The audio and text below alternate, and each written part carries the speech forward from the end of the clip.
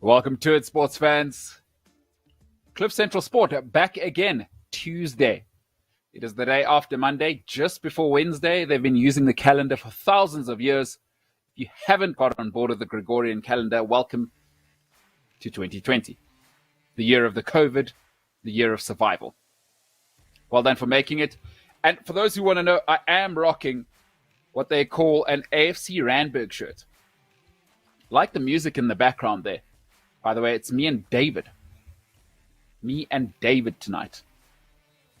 I like the music. David LaRue, myself, MKT. Ladies and gentlemen, welcome back. It is, of course, CliffCentral Sport. Tomorrow, just want to say, we'll rename the show tomorrow, the big announcement there. But people probably care more, really, what's in a name.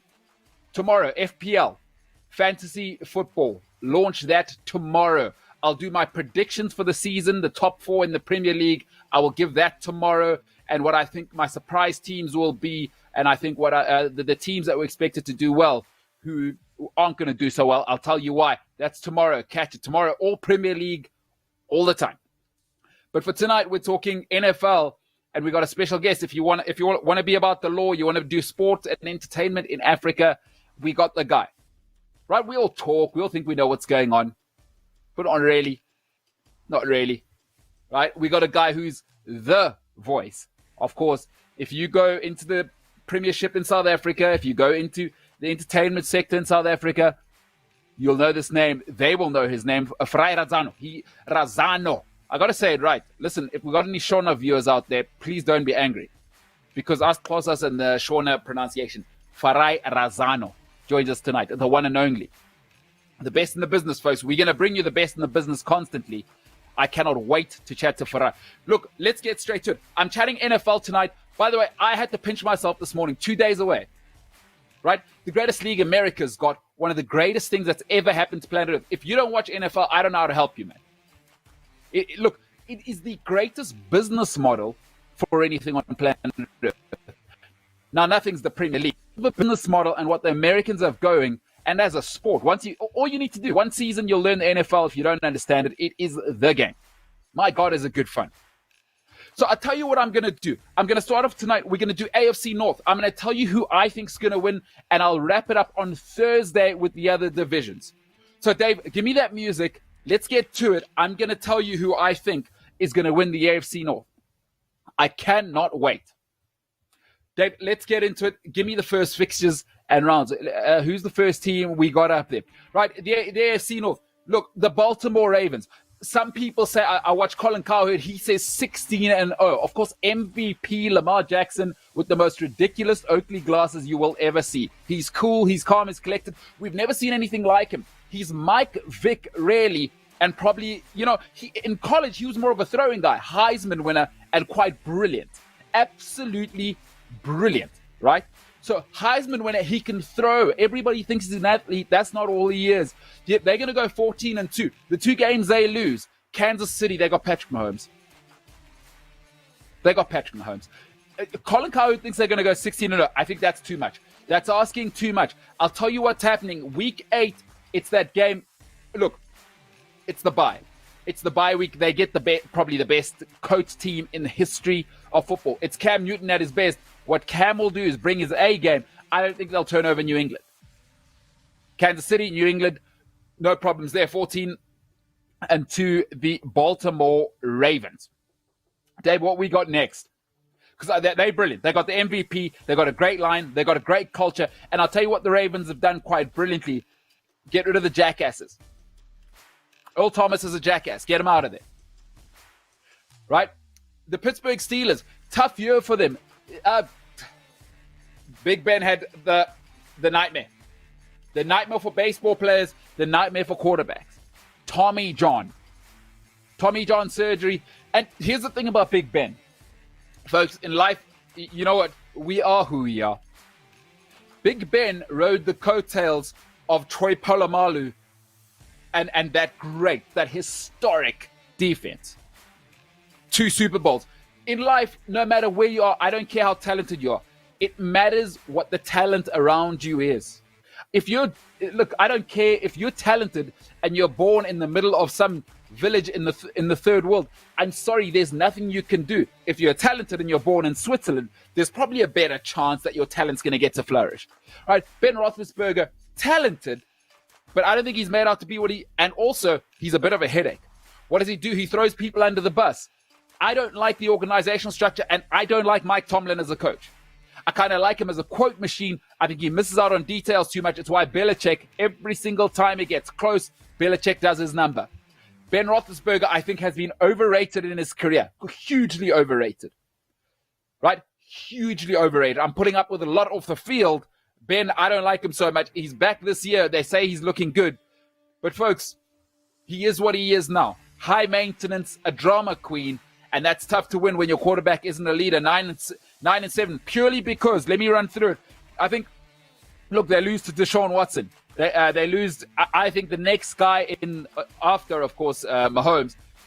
Listen, Philadelphia's got the guy.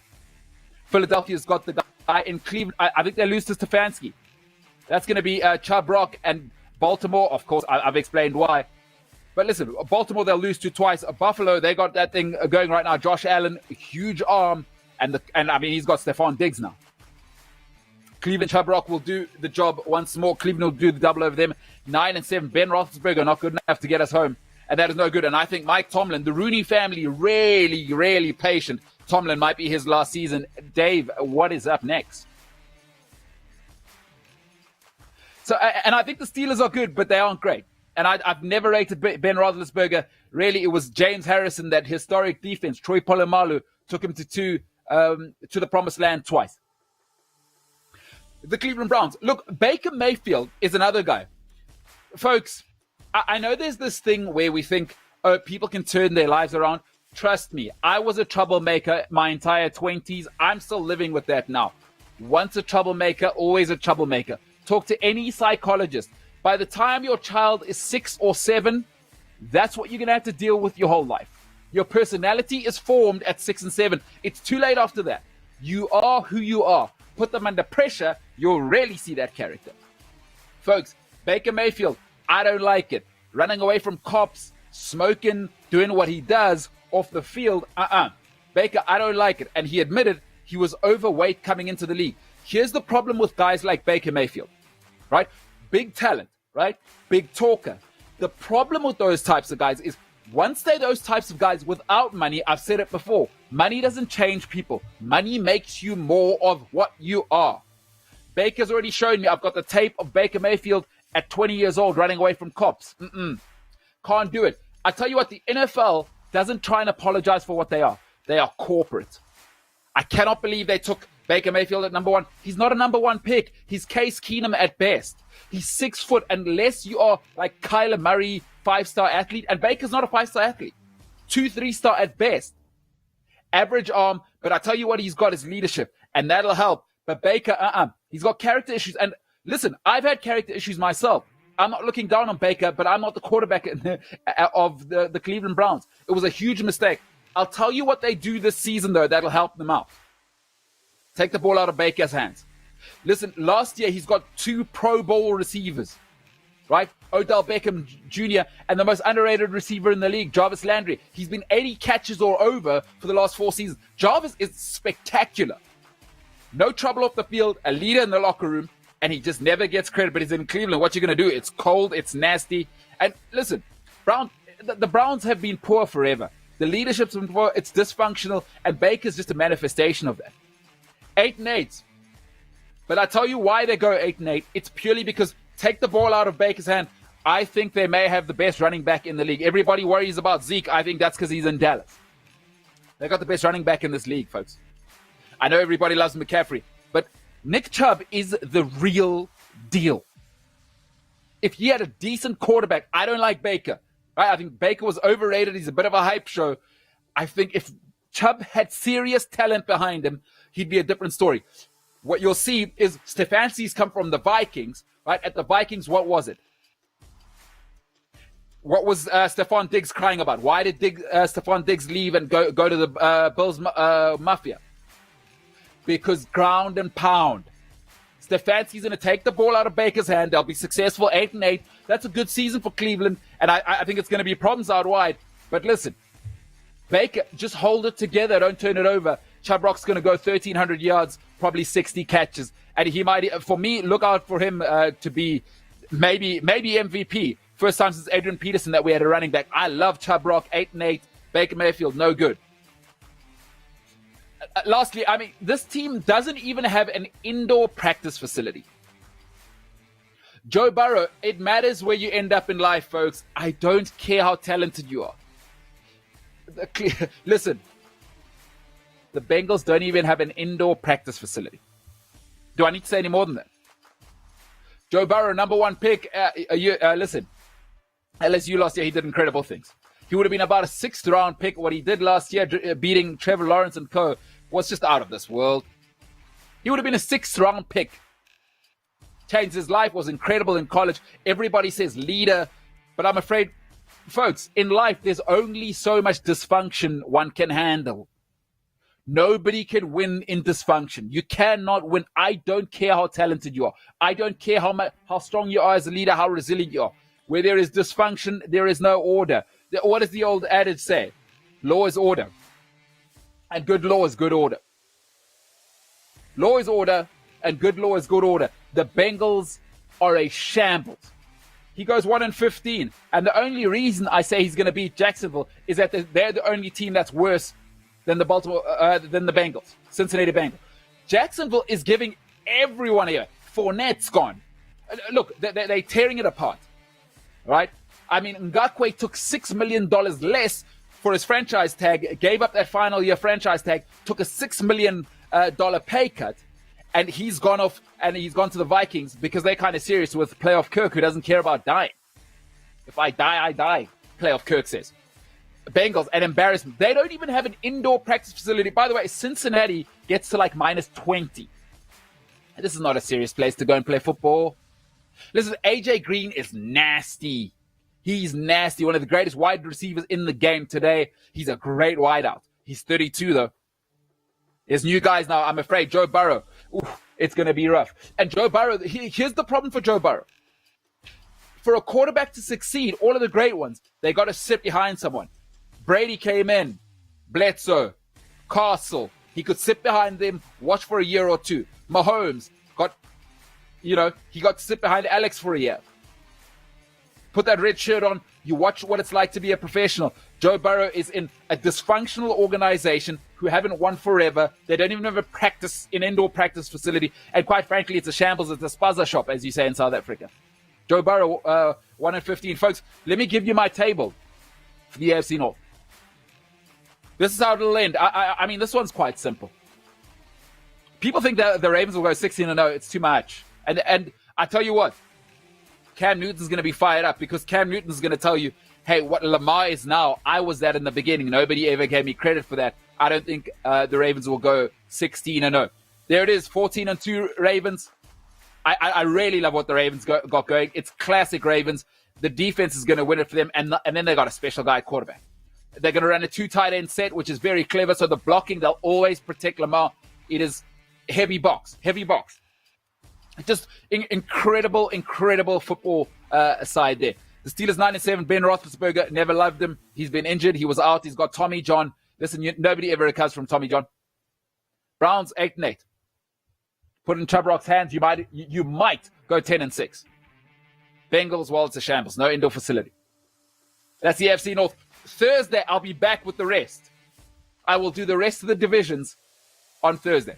I absolutely cannot wait. I can't believe I'm pinching myself. The NFL's back, baby. Let's go. I'm a Vikings guy. Would love to hear if you're an NFL fan. What are your picks this year? What do you think your team's going to do? What's Brady going to do down in Tampa Bay? They're calling them the Tampa Bay Gronkaneers. The Tampa Bay Gronkaneers. Bruce Arians said he didn't love that. Bruce Arians said he did not love that. That's the AFC North, folks. That is the AFC North. Sport@cliffcentral.com. If you want to see any guests, let us know. We've got a great guest today. Listen, the law of the game, the law of the sports, what's happening in transfers. We'll think we know. We've just seen 2 young lads get in trouble right now in Iceland. What happens legally? What do football clubs do about that? How does money really work? How does FIFA really work? We'll ask all these questions with Farai Razano. We're coming up with him after this.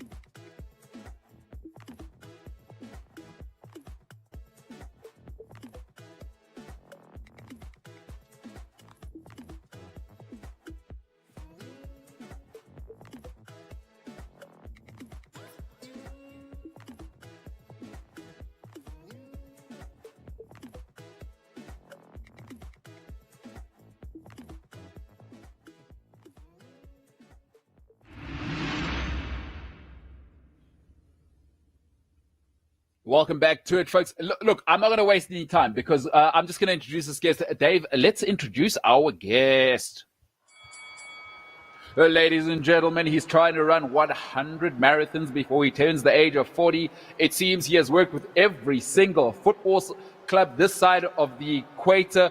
He has said that his wife has not left him yet, even though he is trying to run around the entire world. Ladies and gentlemen, if it is the law, it is in sport and entertainment, it has come through him. I can assure you he can still speak Shona. Ladies and gentlemen, we are joined by the one, the only Farai Razano. Farai, how are you, sir? Oh, no.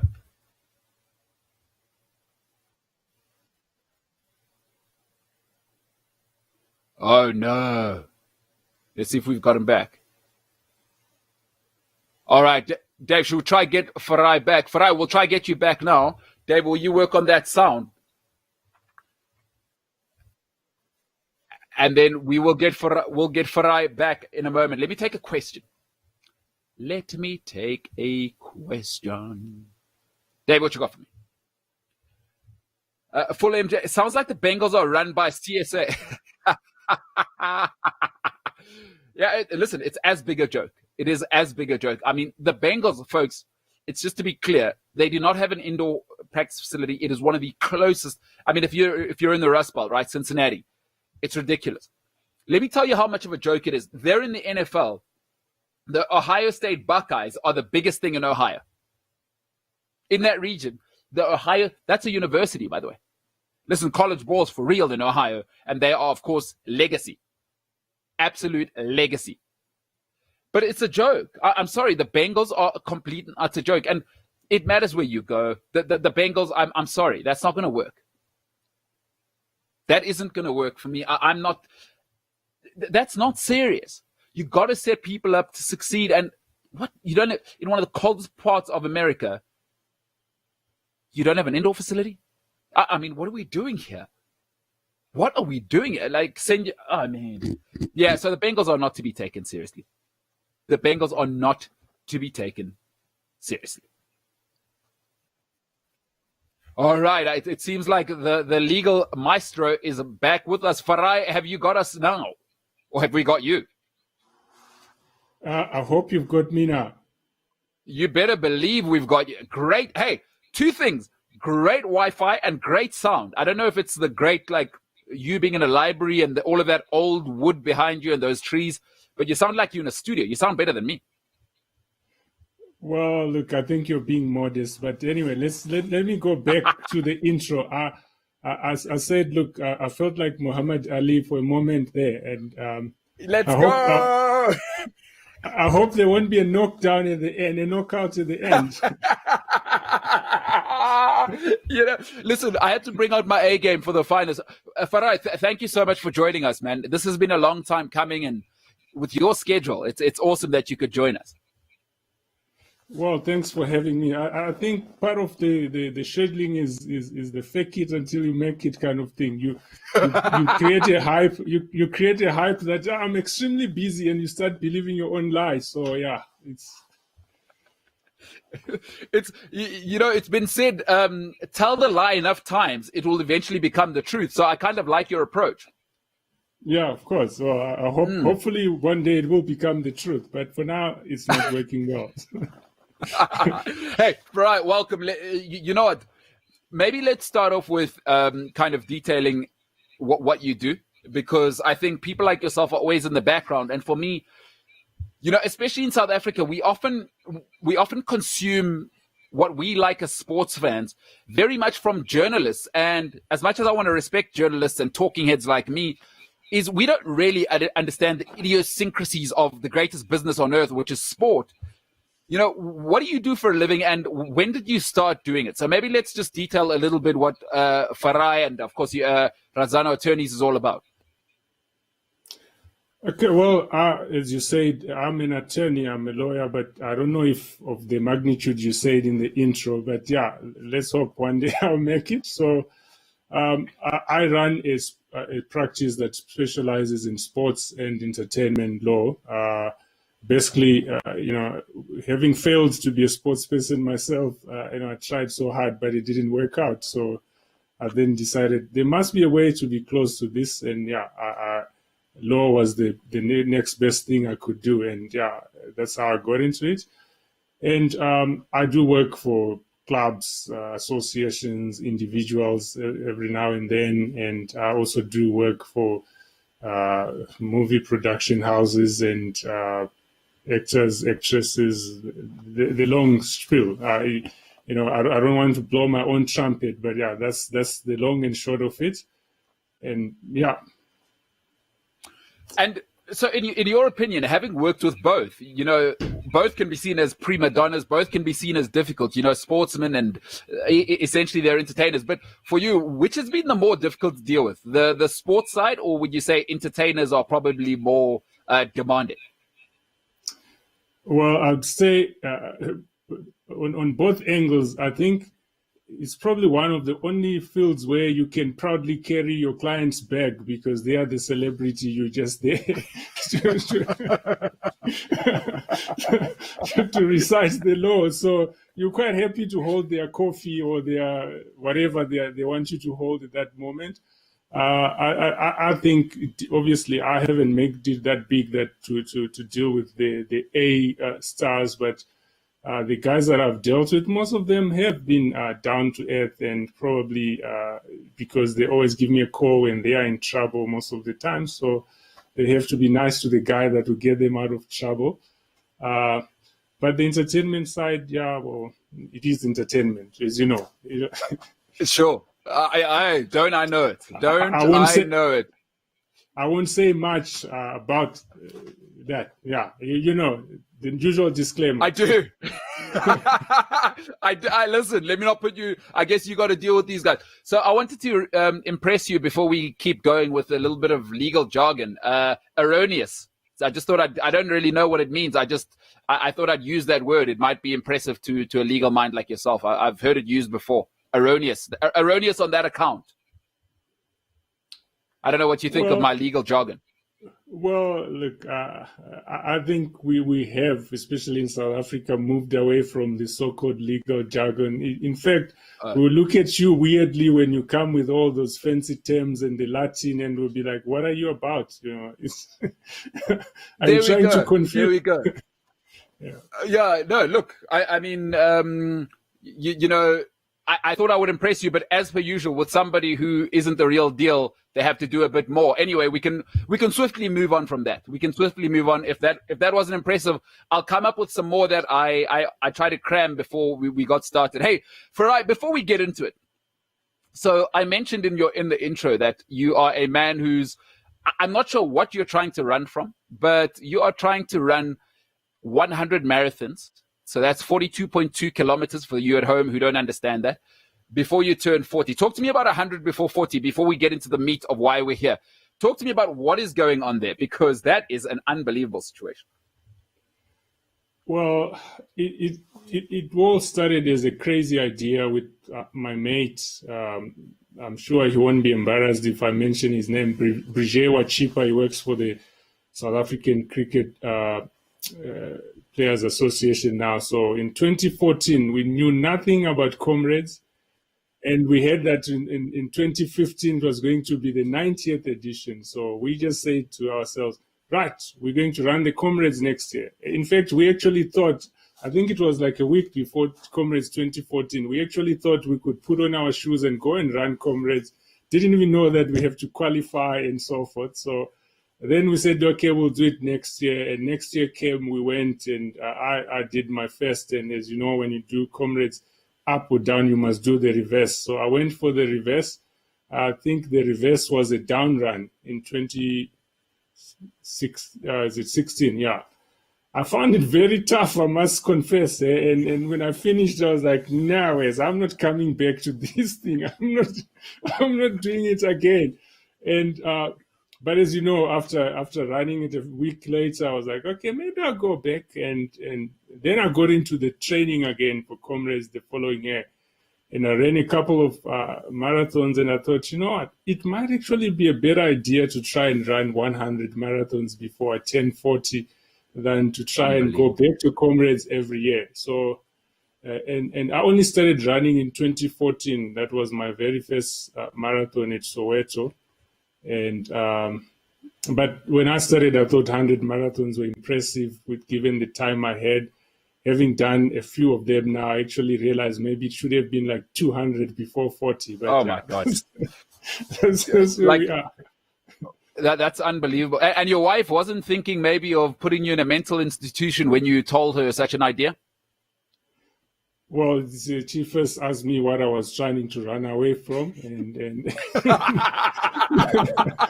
and as you know, well, I basically said, no, not at all. I'm not running away from anything. Then she said, what are you chasing? And I was like, okay, you never win. Either way, That's either it. you're running away or you're chasing something. So I then said, oh, I'm chasing 100 marathons. I think that was a safe bet there.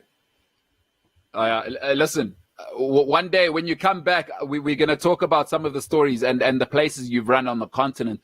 There's a tremendous story. But you know what, Farai, your time's limited. Maybe we'll get to a story you shared with me a while back at the end. But I've got so much to get to. I'd like to get straight into the football side and more of what you do for a living rather than, for the enjoyment and fun and punishment, which is called running 100. Hey, where are you with that number, by the way? Because how old are you now? I'm turning 37 in 2 months' time. Okay. When I started, I was super keen in keeping the score, but eventually my daughter keeps the score for me. She's 11 and she's very good with keeping scores. So I think I should have been on 67, but there are 3 marathons that are controversial that we have now scratched them off the list, because the distance was short. It was 41.50 kilometers instead of 42.2.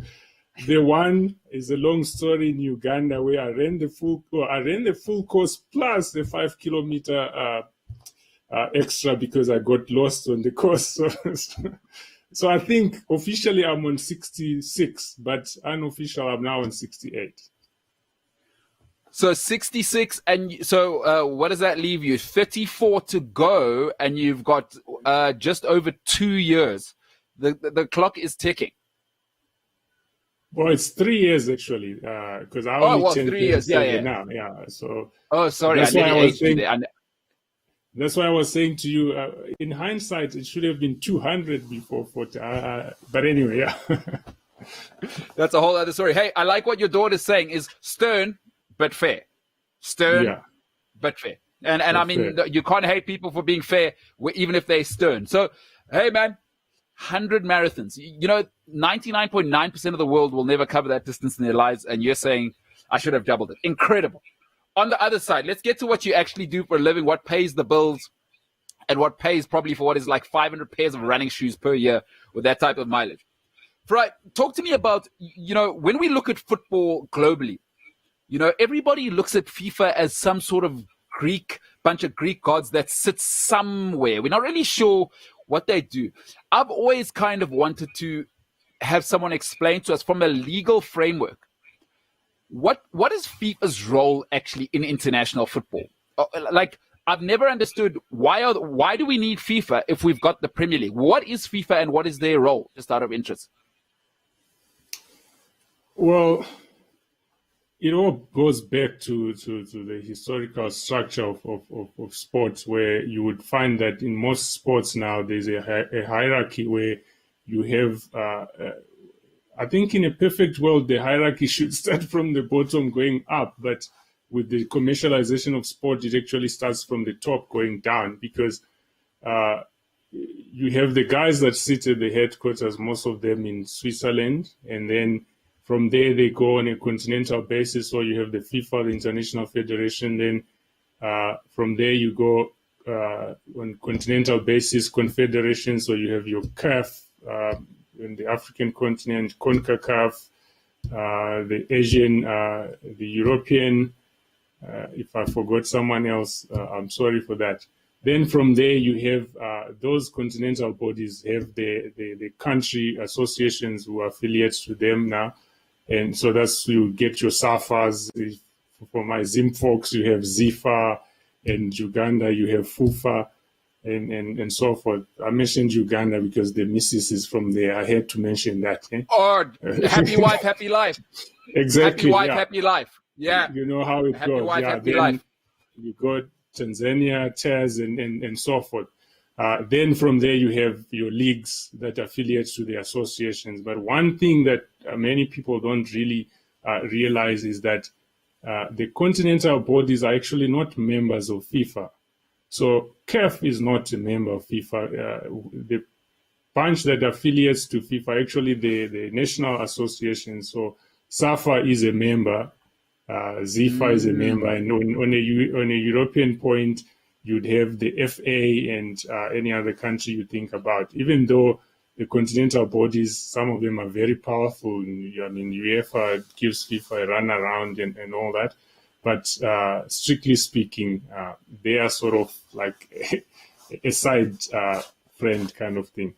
Now, what I meant by you would think that it should actually be more powerful from the bottom up, because your LFAs, if in a football setup, that's where the kids go and play football and they get trained and all that. Then you go to the provincial associations, and then you have the national association until you go to the top. But it's the guys that are at the top who are just in charge of administering, not actually anything on the ground, if you could call it.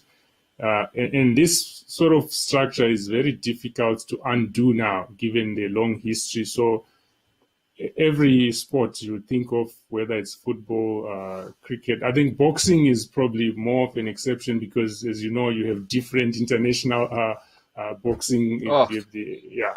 So, but the conventional ones, they would then say if you affiliate to FIFA, there must be only one association nationally that regulates football in that country, and that association would then have a monopoly over the whole country. So you can't wake up and try and form your own football association that will affiliate to FIFA, whether you're in South Africa, you're in the UK, or whichever part of the world you can dream of. You can't, because it's logged in such a way that, if you want to get all sorts of the whistles, bells and whistles, you have to affiliate. So, and that's why you would see that any threats of a breakaway league by any association, national association, or even clubs, leagues that, we'll start our own thing. The truth of the matter is, it's not going to be easy for anyone to do that, because commercially, all the rights and money is logged into this system that has been going on for many years. So that's a great point. Let's maybe pick up on that point. I think as football fans, we all kind of fear that there'll be a super league, right? That's going to come up. Yeah. Talk to me about whether you think the Super League will happen in Europe if those clubs, because they're such financial juggernauts now, what would be the legal ramifications of that, number one? And what would stop Bayern Munich Chelsea, Man United, Arsenal, if they've got the money, just like a little bit like how the Premier League kind of split from the FA in '92, but what would stop these guys? Legally speaking, what is it that could stop these guys?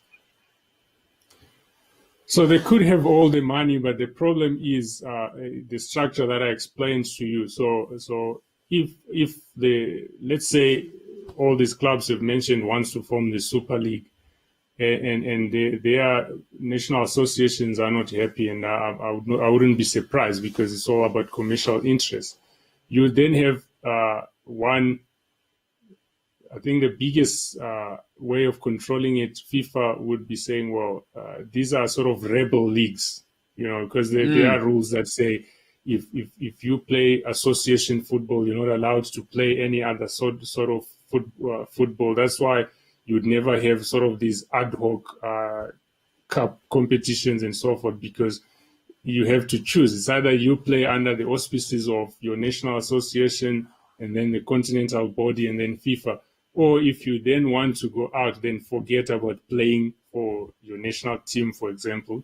Forget about the honors that come with that. So that's probably the biggest stick that they wield, that if you are to go and form your own, it's not going to have the worldwide coverage as it would be under FIFA because of those limitations. But obviously, one can always look at the USA, where you have world champions of sports that are not played anywhere else in the world except in the USA.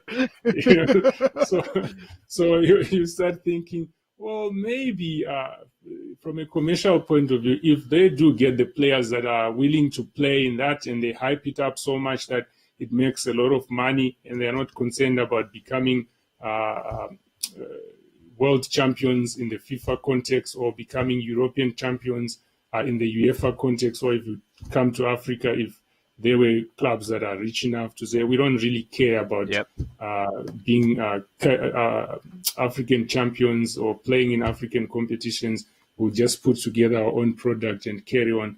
Perhaps because now you have to look at consumption ways are now many of them. Back in the day, you only had one radio station, one TV station. If you wanted your product, you would go to the national broadcaster, and then they'll say, no, but we have a contract with the National Association. We can't entertain you, blah, blah, blah. But with this liberalization of the media, it's possible. It could happen, but it will have the limitations that I mentioned, that whoever participates in that probably then gives up their, it's not even a right, a privilege to be part of the so-called FIFA, whatever continental body they belong to, competition. Well, there you have it, folks. If you're hoping to see Tottenham away next weekend to PSG, maybe put that on ice. We're not saying it's not going to happen, but we're saying put it on ice for now. So, Farai, I also look at something like, you mentioned something interesting about the structure of UEFA and FIFA. Of course, we saw what happened with Blatter. We saw what happened with Platini. And we've read all the books. Now information is widely available. When something like that happens at a body that size, from a legal standpoint, who prosecutes FIFA? Like, I mean, we saw in South Africa, and I'm not saying you're saying that, I'm saying this. FIFA are so powerful globally. I mean, they almost ran South Africa for 6 months when the World Cup was on here. Is who prosecutes, who oversees when the president of FIFA is, there's a misdemeanor? Platini, we saw what we don't need to go over what he did. Who actually prosecutes these guys from a legal standpoint? Well, traditionally, it has always been, look, we are a private entity and no one should get involved. And that's why you get stories about political interference whenever governments of different countries try to intervene. They call it interference. In some cases, I would think it's intervention rather than interference. But it was always that it's a private affair. You don't get involved. And look, I don't know how much time we have on these things, but you could write all the time in the world.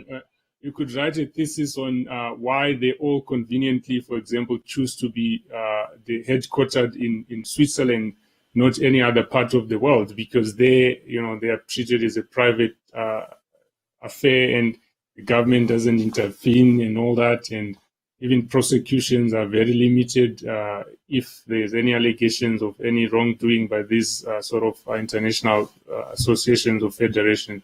So the point is, they are subject to the laws of the country, at least where they are headquartered. So whatever happens there, the Swiss authorities could prosecute.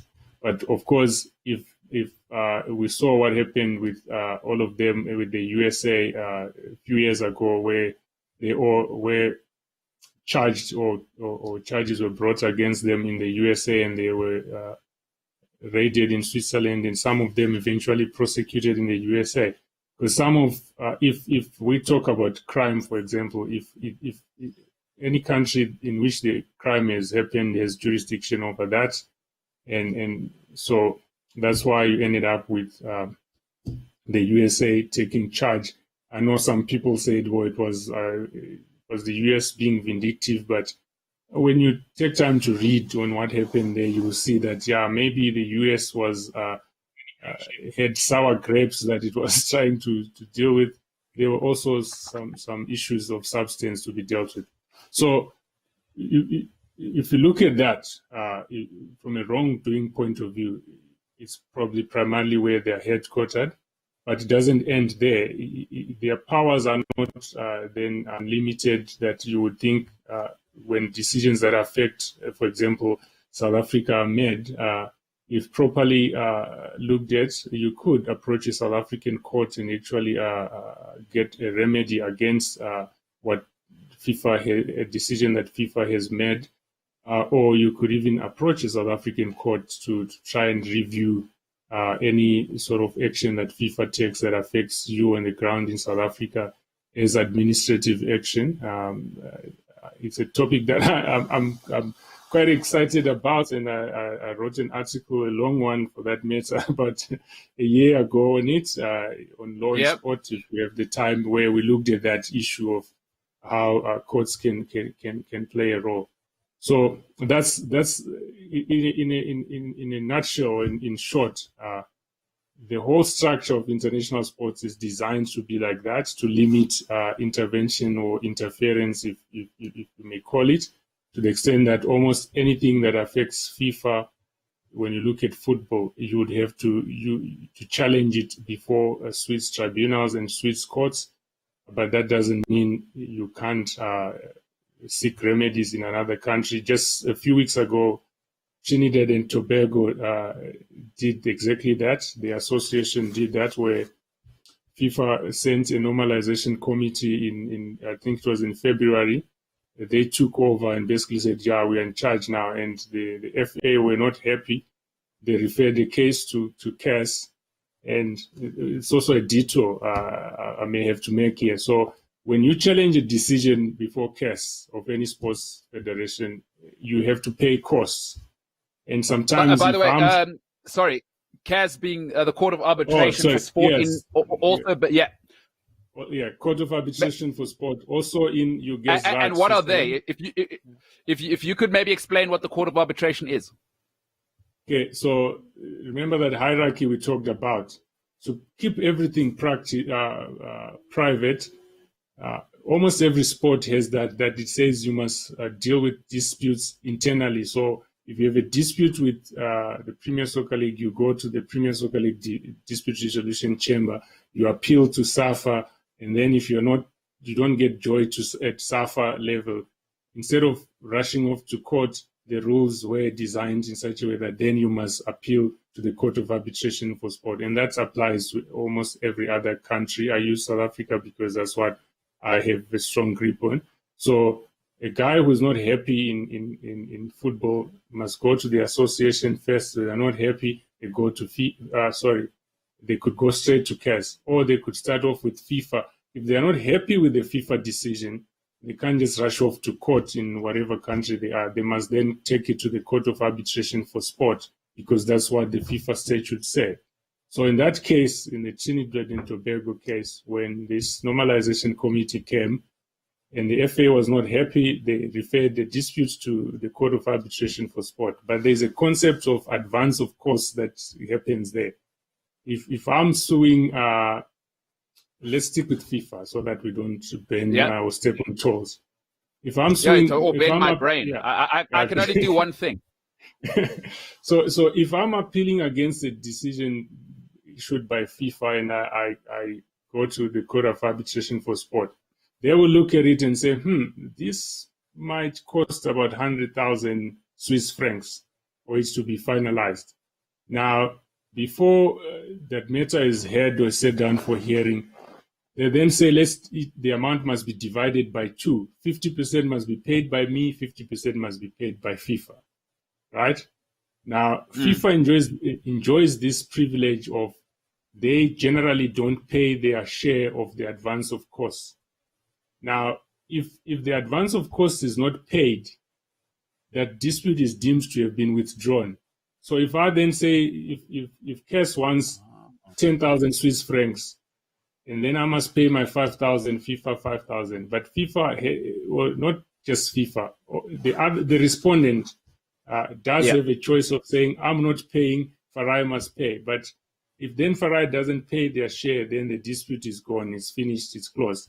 So in that Trinidad and Tobago case, FIFA generally never paid advance of costs. They would say, no, it's a well-known practice, we don't pay advance of costs, and Kes accepted that.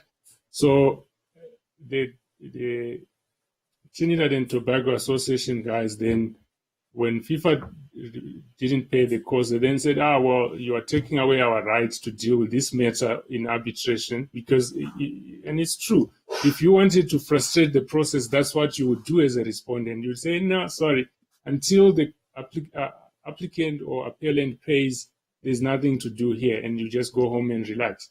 So they didn't get frustrated, because they then went back to Trinidad and Tobago and went to court and said, look, we have a problem, it must be dealt with by the court. And the court said, yeah, we agree, we have jurisdiction to deal with this matter. We are going to deal with it. We hear all this story about arbitration before the Court of Arbitration for Sport. But when you look into the facts here, FIFA won't pay, blah, blah, blah. And that means these people are left with no remedy. So the court then carried on to hear the matter. I think right now, because FIFA went and obviously tried to defend its turf and said, no, you can't deal with this matter in an ordinary court. It must go to CAS, and you must all go to CAS. And the court said, no, sorry, you are wrong. That's not how it works. This matter affects rights of people. Yes, this matter affects rights of people in Trinidad and Tobago. You have not stuck to your end of the bargain that you also cooperate for this private arbitration. So we are going to hear the matter. And an order was made that the court will hear the matter.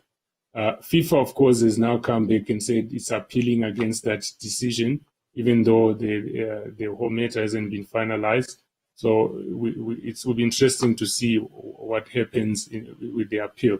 But if we go back to your question, who deals with these issues if they arise, that's a good example of the country where the association or the player or the club are best could actually deal with that issue.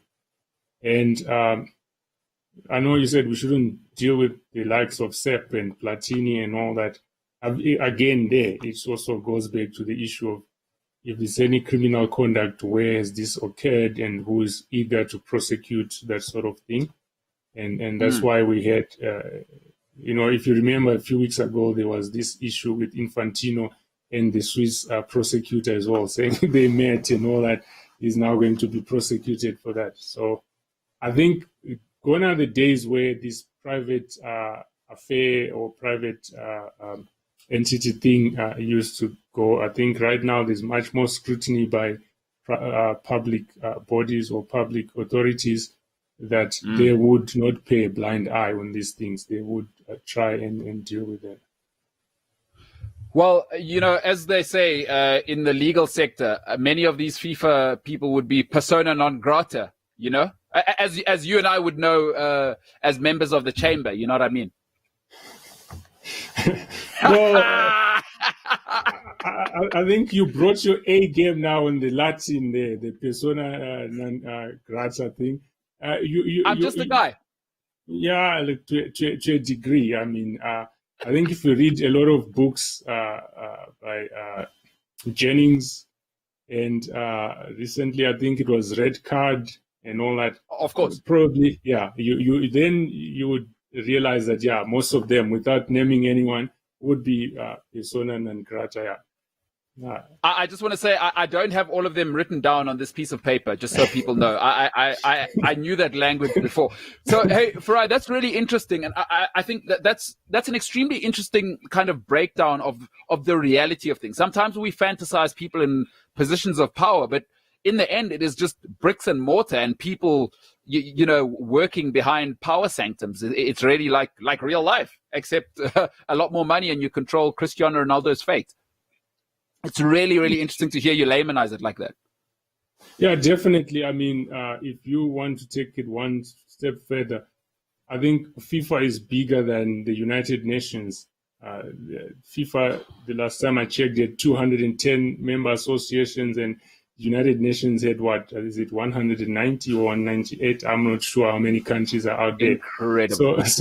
So you can see the amount of power they wield, and 2010 in South Africa, everyone remembers that. Your spaza shop next to the stadium was no longer allowed to use the normal branding it had and so forth. We had to rush through the parliament to pass certain laws. Government had to issue certain guarantees and all that.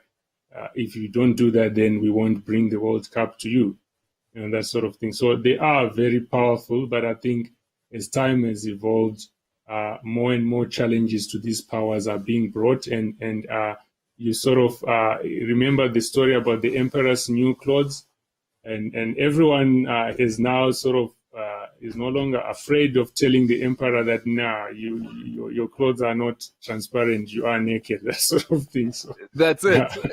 Yeah. The emperor is indeed naked now. Let's talk about, maybe let's call it one step down. You mentioned UEFA. So, you know, sometimes, as once again, you and I, legal superminds that we both are. Of course, I'm on your level, never having studied a day in my life. I read a book for 5 minutes before I came on here, but we saw something which might set what guys like yourself might call a precedent. You know, FFP is something that every single football fan, it's become their gospel, especially if you support a Manchester United, one of the old staples who aren't as strong as they used to be, and then a Chelsea and a Man City come along. It's a really interesting acronym, this FFP. You know, UEFA imposed it, or at least in principle anyway. You know, I guess the law is on paper and sometimes in spirit. But on paper, they said FFP. Could you maybe, purely from a legal standpoint, what was FFP for, the financial fair play that UEFA were trying to implement on the European continent? Well, I think it gets all complicated and technical and all that, but the long and short of it is the financial fair play, or the idea behind that, was a noble idea. One, to protect the sport, in the sense that they didn't want clubs to overspend, and after a few seasons they go bankrupt and they are liquidated, and they are low. You know, there's a long list of clubs that have been liquidated in England and elsewhere across the world. So basically what the financial fair play was meant to achieve is every club must live within its means. And living within your own means is basically your expenditure must not exceed your income or your revenue. But obviously, then this is where it gets complicated. So some clubs obviously have people with very deep pockets and short hands, as they say, and then and then there are some of those clubs who do have long hands but short pockets. Their pockets are not that deep.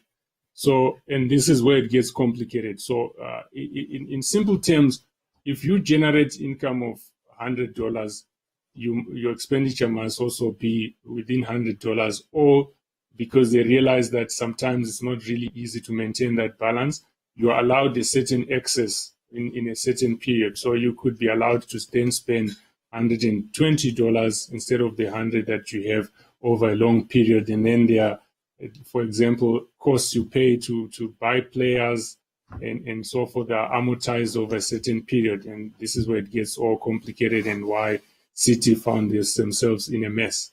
So the short of it, you must live within your means, right?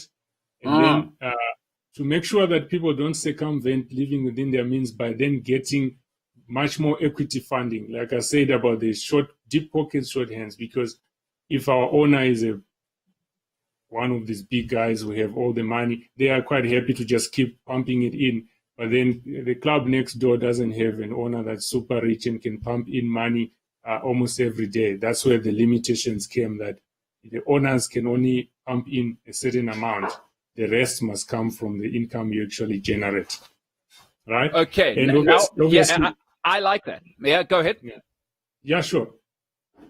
No, I really like that. I just want to jump in there and maybe let's transition to, I think, what might tie into that is Manchester City recently were in some trouble. Now, there's a term in football we've heard called financial doping. And at Manchester City, we're accused of this. And then you can take us into what's happened at City over the last few, year and a half, and they went back to Kaz again. That was messy. But talk to me about the term financial doping. That's what Man City have been accused of. And what exactly are they being accused of by the rest of the world from a legal standpoint? Yeah, so as you know, they are quite rich, and I think their fortunes even turned when the current owners purchased the club. And basically what was happening there is, if we go back to our $100 example, the owners are allowed to pump in only $20, and the $80 must come from sponsorship and other sources of income. But what they were accused of was that they falsified or they exaggerated their sponsorship income. And then secondly, when the issue of that exaggerated sponsorship income came, they refused to cooperate with the authorities. The UEFA guys were investigating that. Now, the so-called falsifying information happened this way. So you have the owners, and they own a whole lot chain of companies, and then but they couldn't just keep on pumping in money into the club because there's a limit. Most of it would have to come from sponsorship, gate takings, blah blah blah. Now, in this case, City had sponsorships with Etihad, and I think is it LSAT. It's a group of companies, but you shorten it LSAT, whatever it's called. Now, the accusation was that Etihad was in fact just pumping in $5, even though the sponsorship. I'm just using arbitrary figures now. Etihad for was idiots actually, like me. Yeah. So Etihad was just sponsoring. The sponsorship was only $5, even though the agreement said the whole sponsorship deal is $15. The accusation was that the $10 over and above the $5 was not actually coming from Etihad. It was coming from the owners of the club, pumping in money into the club via the so-called sponsorship agreements, because that way they can then say, but you see, in this period we generated X amount income, here are the agreements, and we have not spent an excess of whatever we pumped in. And the same applied to the second sponsorship deal. So the accusation was, your true revenue from sponsorship was actually $10. But we see in your financials, you declare it as $30 because there was collusion between your owners and these so-called sponsors for the other $20. So that's where the gist of the issue came. That in 2012, 13, and 16, they provided false or incorrect financial statements that, so you can almost say it was disguised equity income, that it's not even income, it was just disguised equity money that was being pumped into the club, but they were saying it's sponsorship. That was the allegation. It's important to emphasize that this was the allegation, because in the end, that's not what. Allegedly. Yes, allegedly, yes. So when the investigation then started, City did not play ball, because that's what they were eventually found guilty of, and that's where the 10 million fine or some penalty comes from. So when the investigation starts, City decide not to play ball. And when remember the famous email leaks, football email leaks? Yes. Football leaks, yeah. So some of the information that UEFA was relying on came from that, those leaked emails. And City basically said, well, look, this was unlawfully obtained. We are under no obligation to comment or to cooperate with the authorities because this is inadmissible. Before you go on there. Yeah, so now that's very interesting to me. Just because City said it doesn't mean it's true. I'd like to know, from a legal standpoint, is it admissible to take, because like it's almost a Snowden situation. It's like, okay, well, we can see the evidence, but there's obviously what you might call protocols, you know? And so is it admissible, in this case, a football leaks, now the public can see it, is it admissible in a court of law if it can be proven that the documents are indeed valid, or is it not valid because of the way it was disclosed? I think to avoid the life way is the law of the jungle. There are rules as to how you obtain evidence and so forth, especially in this world where people have rights to privacy and things like that. So in that case, the issue was not really dealt with in a way that you would say it is now authoritative before CAS that evidence obtained in such a manner is admissible, because, and I'm not trying to dodge your question, but I'm just trying to provide a practical example. So maybe let me start with what should be the perfect world. Ideally, it should not be admissible, because if you do that, you encourage people now tapping your phones, hacking into your server and all that, put it in public, then prosecute you and say, well, it's public anyway. So ideally, it should not be admissible. But what then happened there, it was not UEFA that commissioned these hacks or these leaks.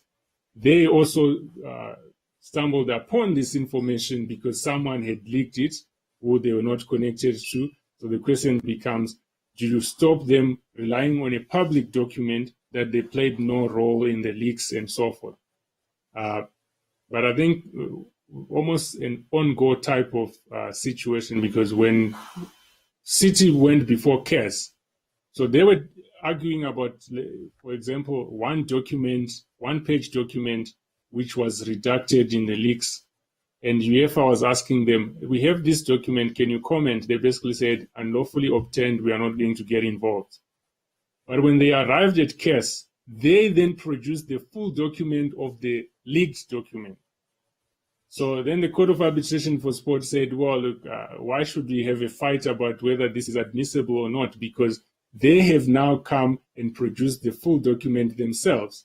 So even if you ignored what UEFA brought, we now have the full document from these guys.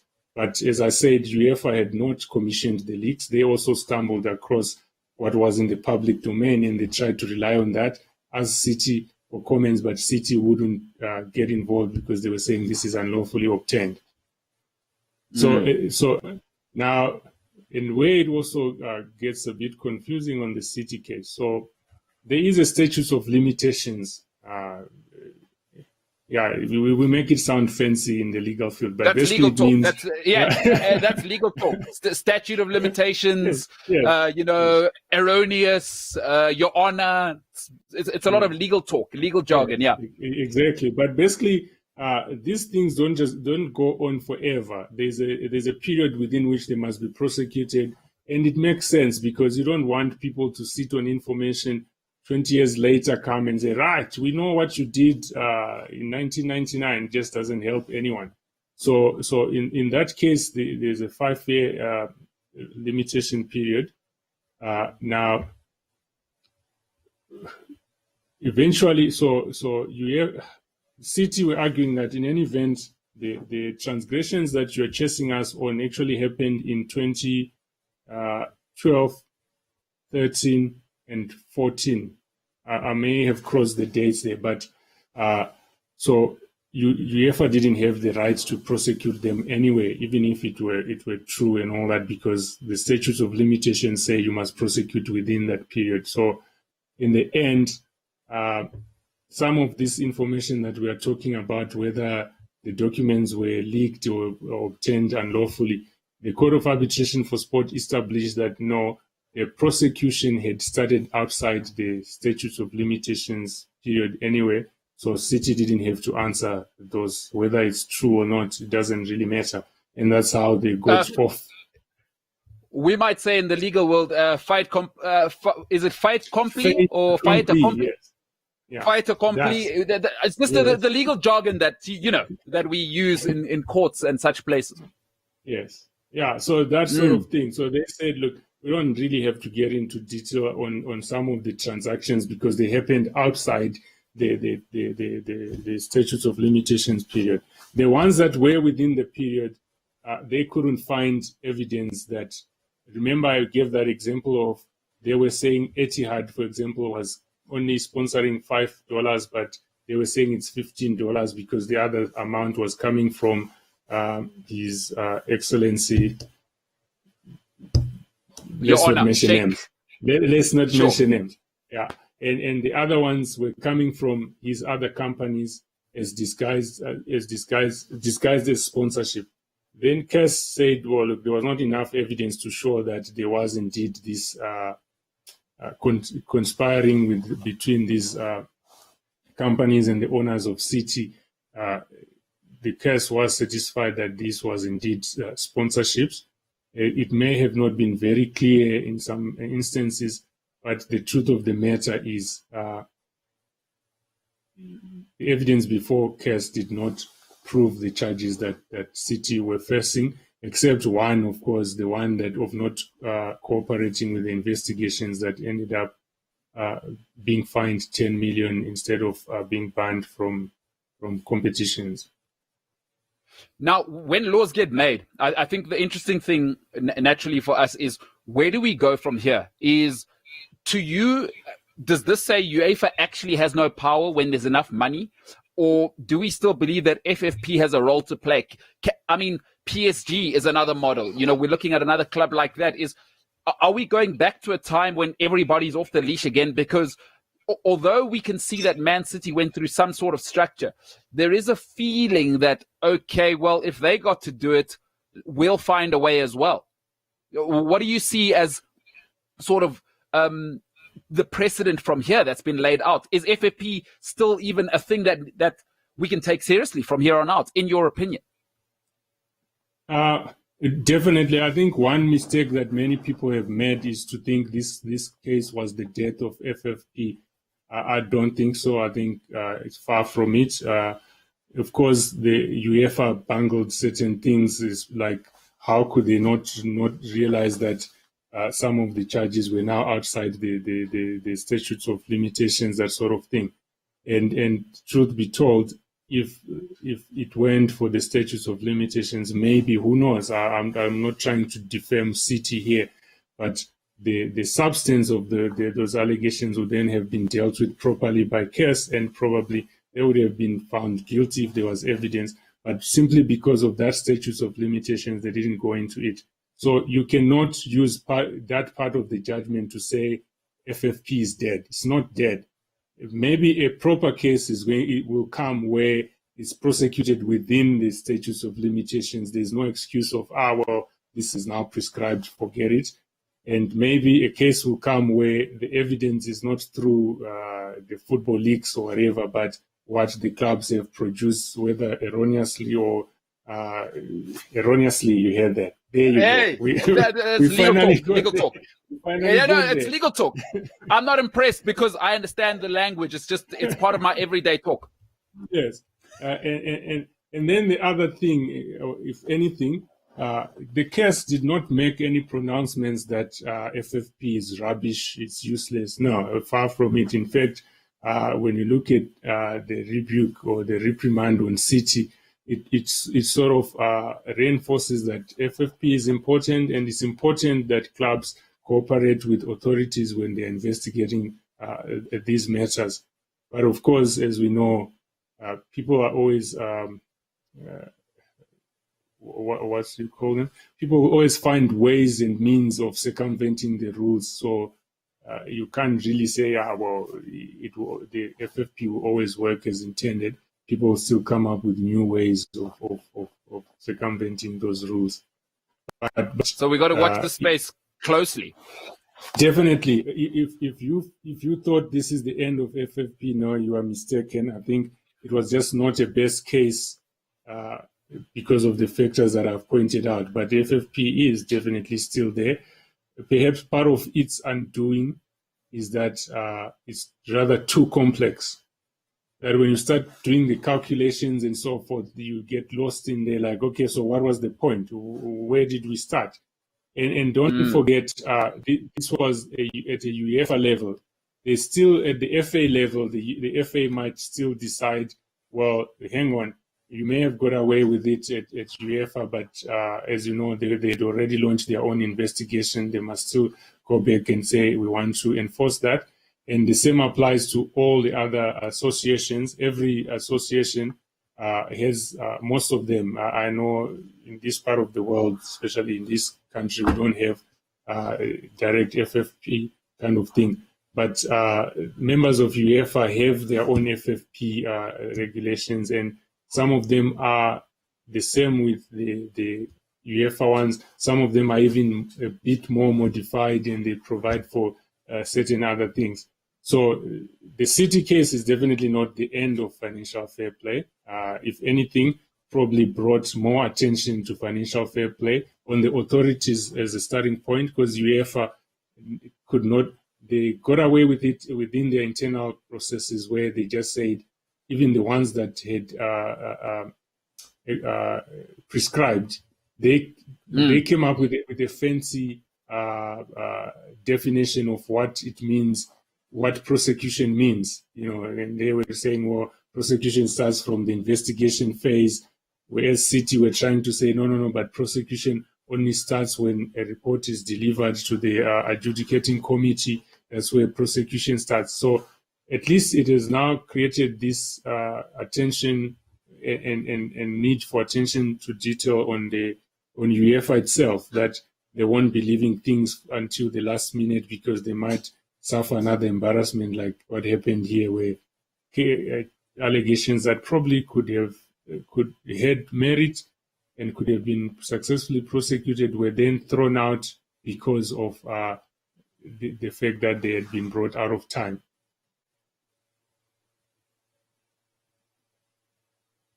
Okay. So here's one thing I wanted to do, because we've been, some of the information you're giving me, it's actually incredible.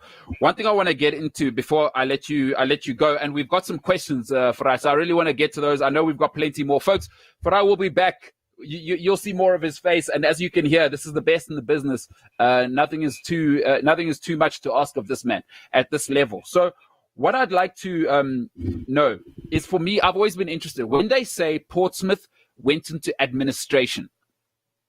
Could you maybe, I think I'll ask you that, and then we'll get into the current situation at Manchester United. They've had some hairy situations, but let's start off with administration. The most famous case was Rangers, I think, recently. Portsmouth recently, of course, within the last 5 years.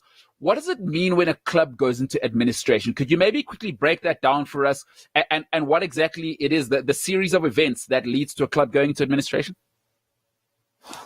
Well, the most common one is the financial issues, and that's, as I said earlier, that's what this FFP was meant to avoid. So the clubs just spend beyond their means, and they create an artificial economy where they just keep splashing money out.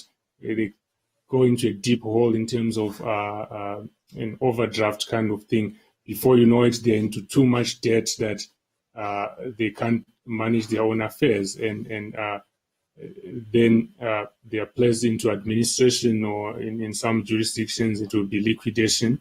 The courts or the authorities then appoint someone to manage the affairs of that club, and probably in most cases it's actually just winding them up because you can't salvage anything.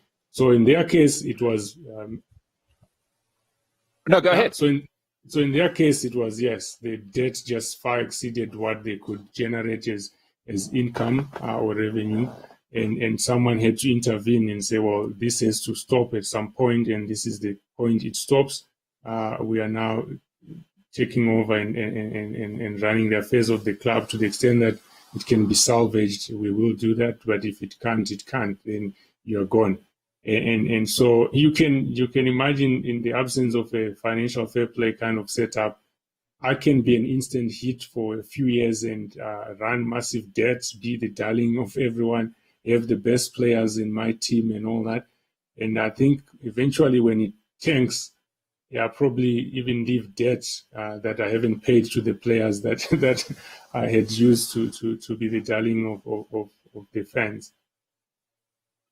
And we saw that, I think, probably the biggest case. Now, the most famous recently is Rangers. We saw Portsmouth, but Leeds. Nobody did it like Leeds. For those who haven't seen that story, the documentary is out, but Leeds is the most tragic story of somebody doing exactly what you're saying and really taking a risk to the hilt. And then when it bombs and you don't make the Champions League and you've got Harry Kewell, Mark Viduka, James Milner, a team loaded with stars, where it can go. So just quickly, the line between administration and liquidation, could you quickly just laymanize that for us? Well, I think in some jurisdictions that line is even blurred, in the sense that once you go into liquidation, someone is appointed to run the affairs of the company or the club, and they are called the liquidator. And in some cases, and I think that's what primarily happens in England, is the situation is still salvageable. You could still salvage it, and then they get an administrator to try. And I think if you use South African company law terms, you're almost like a business rescue practitioner kind of thing. That, yes, you are not really in the doldrums, you're not really gone. Someone could still salvage this, but now it's not happening. And then you go into liquidation. But it varies with jurisdictions, that it's not always a clear-cut line in most cases. Yeah. And it could mean different things as well in different contexts. So, for example, and I think in South African terms, you're probably almost used to administrators being appointed to run government institutions or certain organs. They say they're under administration, so they just accept that the actual board cannot do what it's supposed to do. Someone comes and does the administration, which obviously has almost a different meaning to the administration that is happening with those clubs.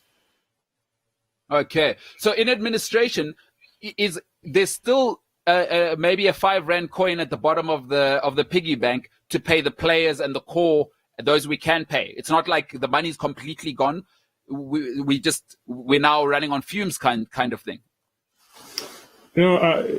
Even in liquidation, there could still be a 5 rand to pay, but that 5 rand must be used to pay creditors for 5,000. Wow.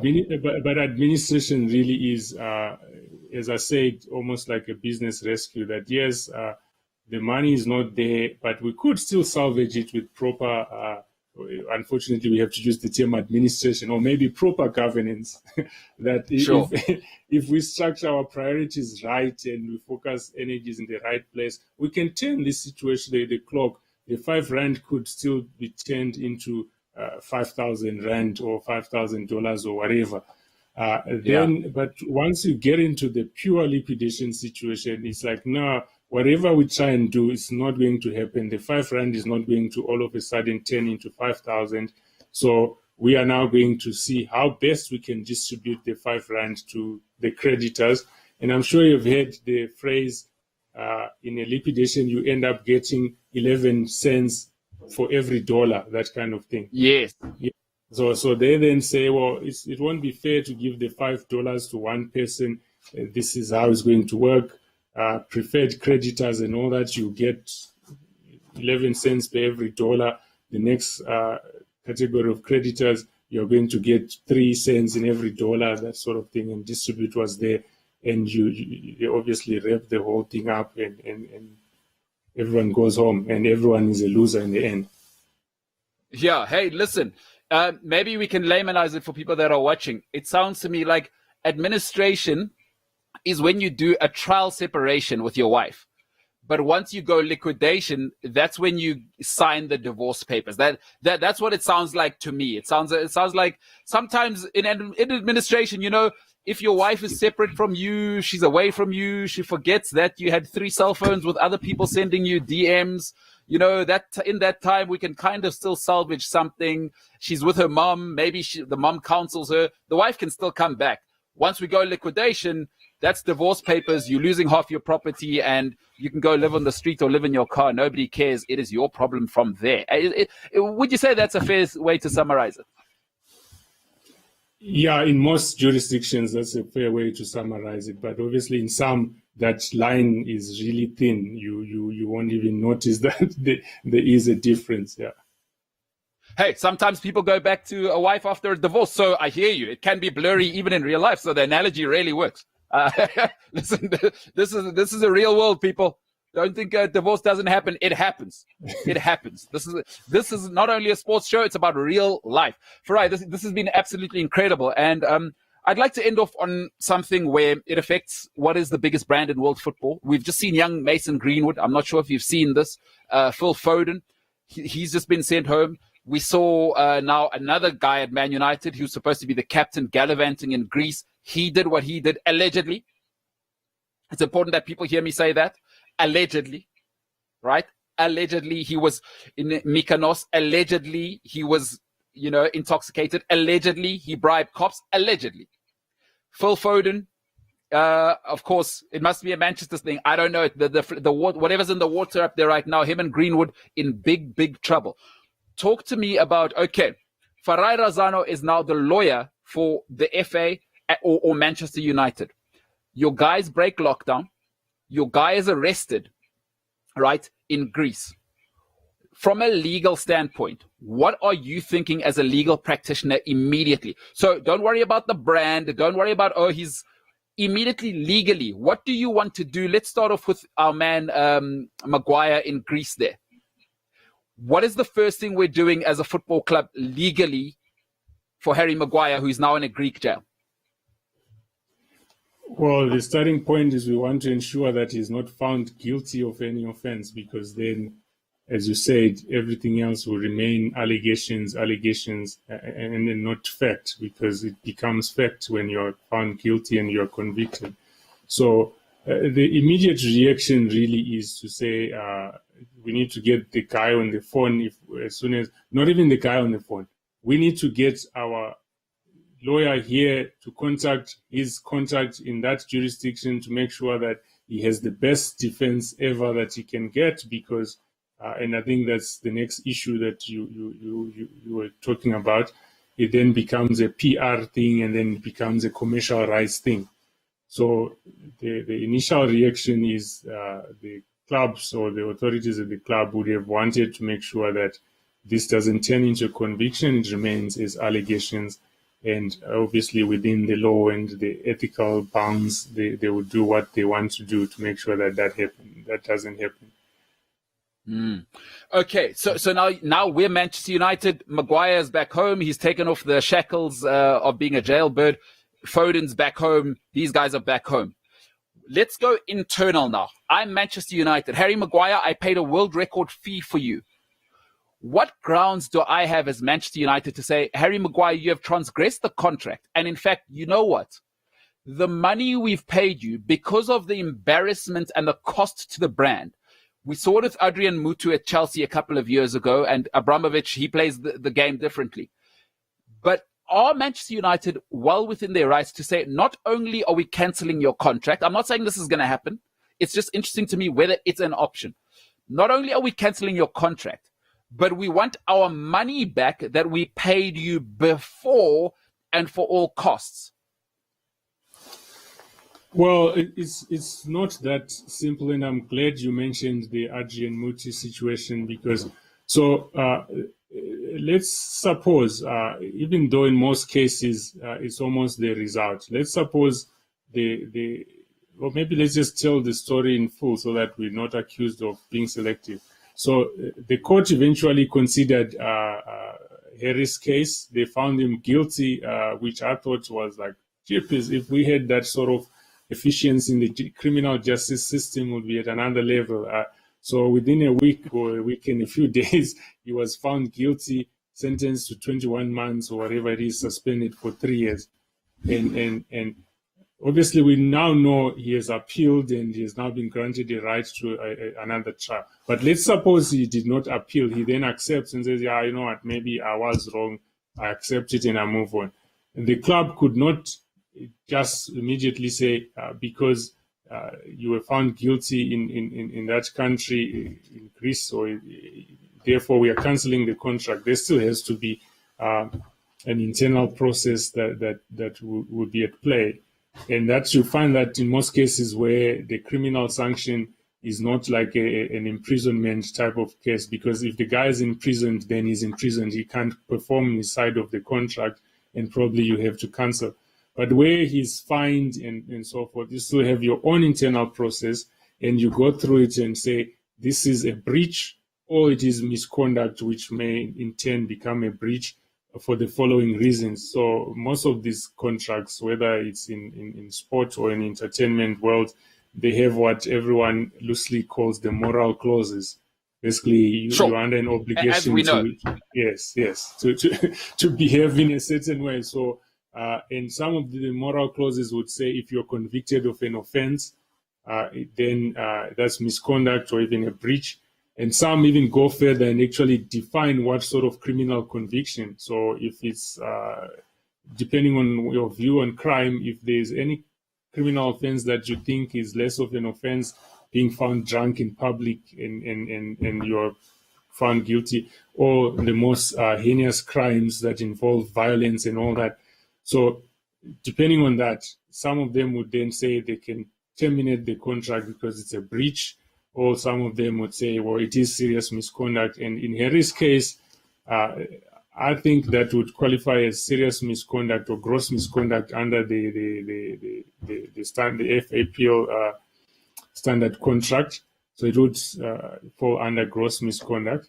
But there's also a consideration now, because this is all about commerce. He is obviously a valuable asset to the club. Some might argue with that. He's been terrible for 3 years, but okay. Yeah, well, let's just use the figures. The £80 million thing. Let's use the figures. Yeah. Let's not use the goals that have leaked on there. Let's just use figures. So they're a revolving door. It's like a revolving door. Yeah. So the club would be looking at it as well. But this is an £80 million investment. Yes, he's done what he's done, and the public will not be impressed, and probably our brand will lose value for a while, because as you know, these things are only news for a few weeks, and after that everyone forgets and goes home. If you can go back and look at Tiger Woods and all that, there were all those scandals, but he eventually came back, and look at where he is. So the club will then look at it, and I think it will be almost unheard of that they would cancel the contract and say, get out of here, we are going to sue you for whatever money, because one, they probably value his services. Two, they could transfer him to another club for some money and all that. And then the third thing is, if you were to cancel the contract immediately like that, now you must sue him for damages, because then you say your conduct is gross misconduct, that's a breach, and we are canceling it, now we're going to sue you for damages. And if you followed the Adrian Mutu case, Chelsea went on and on and on and on for years, and in the end, they didn't recover a penny from Adrian Mutu. That's just how it works. So I'm not saying the clubs are without remedy at all. Probably the best remedy, which I would have advised if I had the privilege and honor to work with them, is, and it might still come, an internal disciplinary inquiry, which he probably would be found guilty, and you'll be fined the maximum 2 weeks' wages, unless if the FA approves anything bigger than that. But as you know, United have actually thrown their weight behind him, and they said they support his version, they support what he says, they support his appeal.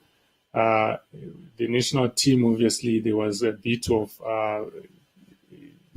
playing some being extra cautious and say, well, we will withdraw him from the national team for now until this is sorted or settled down. But I think there's now, if they had the chance to select him, especially now that he's appealing and all that, they probably would do it without any hesitation.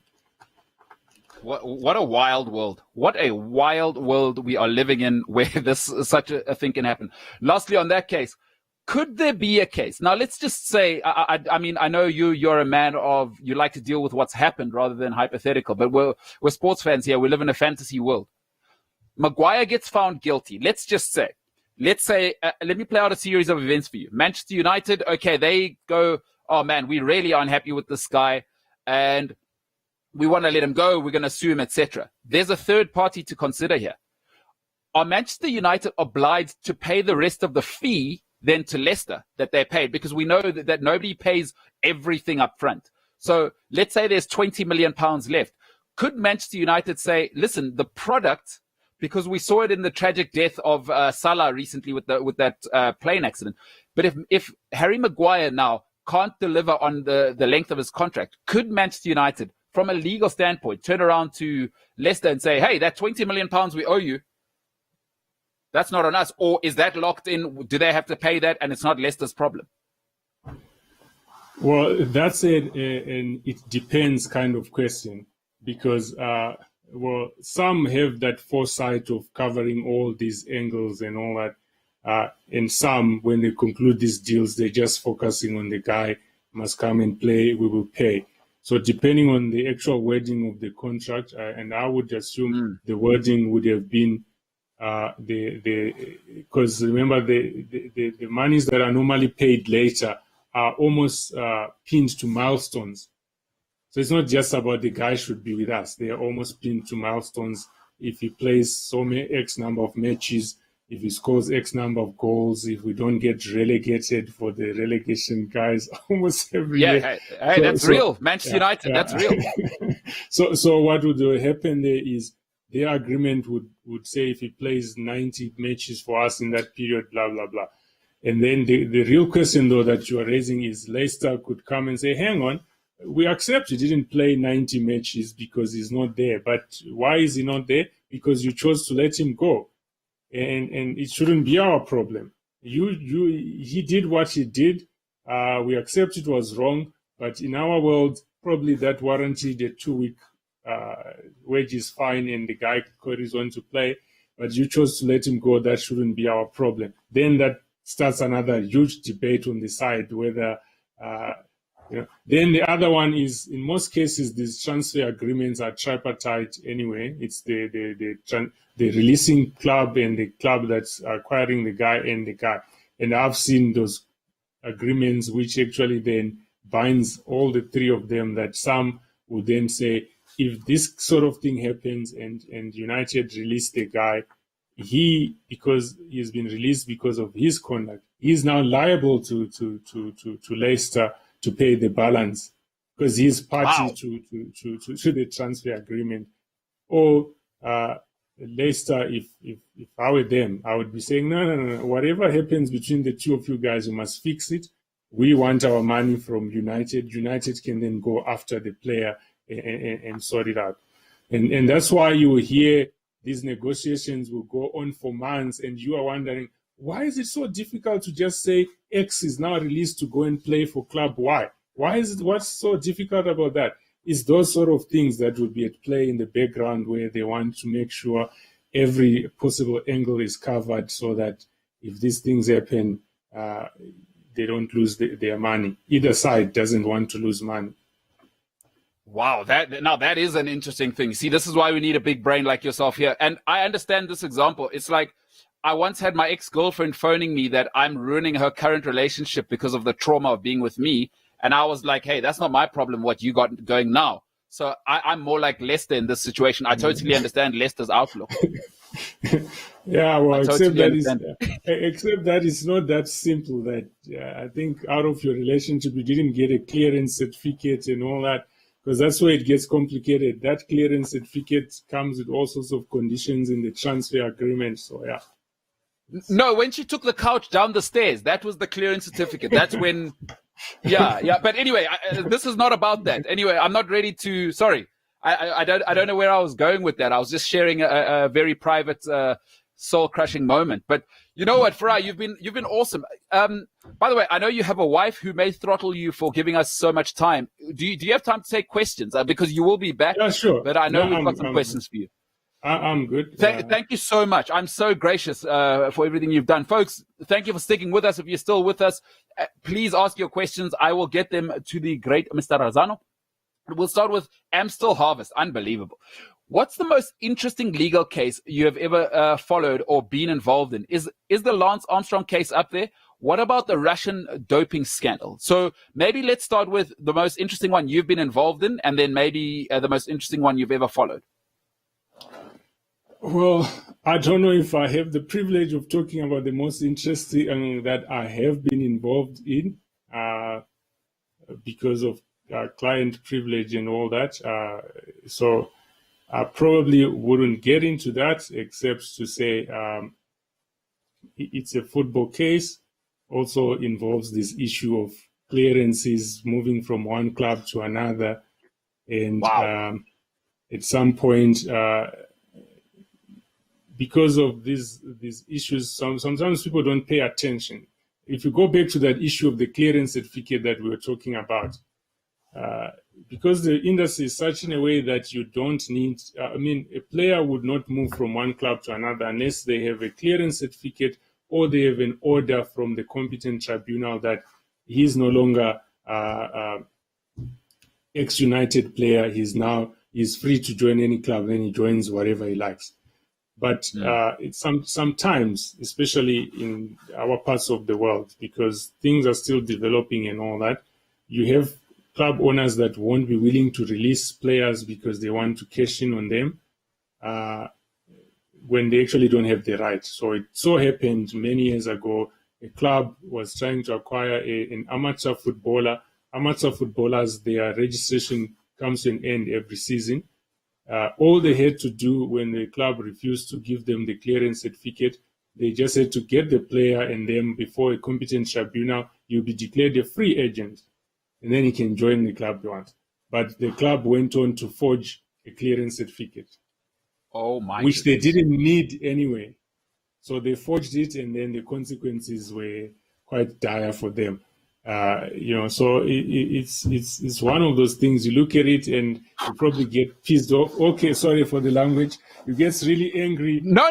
Dude, this is not a kids show. This is not a kids show. You're like, dude, you didn't have to forge this clearance certificate. You'd be sitting pretty now. And one of my former colleagues always used an example that what happened there was you have a driver's license, but on one morning you decide to go to the shops, you get into the car, you forget the driver's license at home. When the cop stops you by a roadblock, it was quite easy to say to the cop, I do have a driver's license, I forgot it home. Then they will say, you must be in possession of the license all the time. We are fining you 500 Rand. But the other option, the stupid one, which they took, was then for you to turn into your cubby hole, take out a piece of paper and pen, draw a fake driver's license and show it to them and say, this is my driver's license. So now they are going to arrest you for the forgery of the driver's license, this fraud, when you could have simply said it's at home and you'll be penalized 500 Rand, that sort of thing. That's what happened. Sure. That's what makes it interesting. Okay, if we get to the Lance Armstrong and the Russian doping thing, I think Lance was just on a level of his own. I won't even pretend to know it all, but there's so many documentaries, as you know, that have come on that issue. And it was quite shocking to see some of the things that were happening in broad daylight in everybody's eyes. And that's why everyone believes the authorities were involved. The Russian doping scandal, I forget now the name of the documentary by the what's his name, Rod, whatever I forget name what it is is, now but it's phenomenal. yeah, whatever name is going on now. So if you watch that thing, you realize, damn, so we thought we're dealing with really dodgy stuff. Nah, this is just child's play. We haven't even scratched the surface. We're still Yeah, trying. he's living under protection now. The FBI's Yes, protection. Wow. yes, Yeah. yeah. So that is thrilling stuff. Although having said that, I'd like to live in Russia again someday. So to the Kremlin, if you are watching this, allegedly there was doping. Allegedly, if the Kremlin's Now, watching this, if not, there was definitely doping, and we saw it. yeah. Well, look, if you want to score points, I wouldn't say allegedly. You would say, well, you were found guilty by an incompetent tribunal, because we are beyond just allegations. Remember, there were many reports that came, and some of them by the best sports lawyers you can think of. And these allegations stuck. So it's not just allegations. There was substance, but obviously you then turn onto the trial of the fact and say, well, they didn't know what they were doing, which is what the Kremlin has done anyway. Yeah. There we go. Yeah. Otile Mokhale says, in terms of clauses, what are the major differences with younger, older players and injury-prone players? That's a very interesting question. Yeah, So, it is. It's a bit... No, you go ahead. Go ahead. No. Yeah. I just thought that's a great question. It is great because, and probably this is a question best put to intermediaries or agents, because they will tell you with the younger players, they don't mind getting little money and stagger the money and get more as you go, because you want to get a platform for the guy and he's seen by the world and all that, and he might become much more valuable. Whereas the older guys, you want to sort of smash and grab. You want to take as much as you can as soon as possible, and if any problems come, they come later. So even in transfer agreements, you will see that the club releasing the player, or the club selling, as people would want to call it, is quite happy to get an upfront fee that is smallish.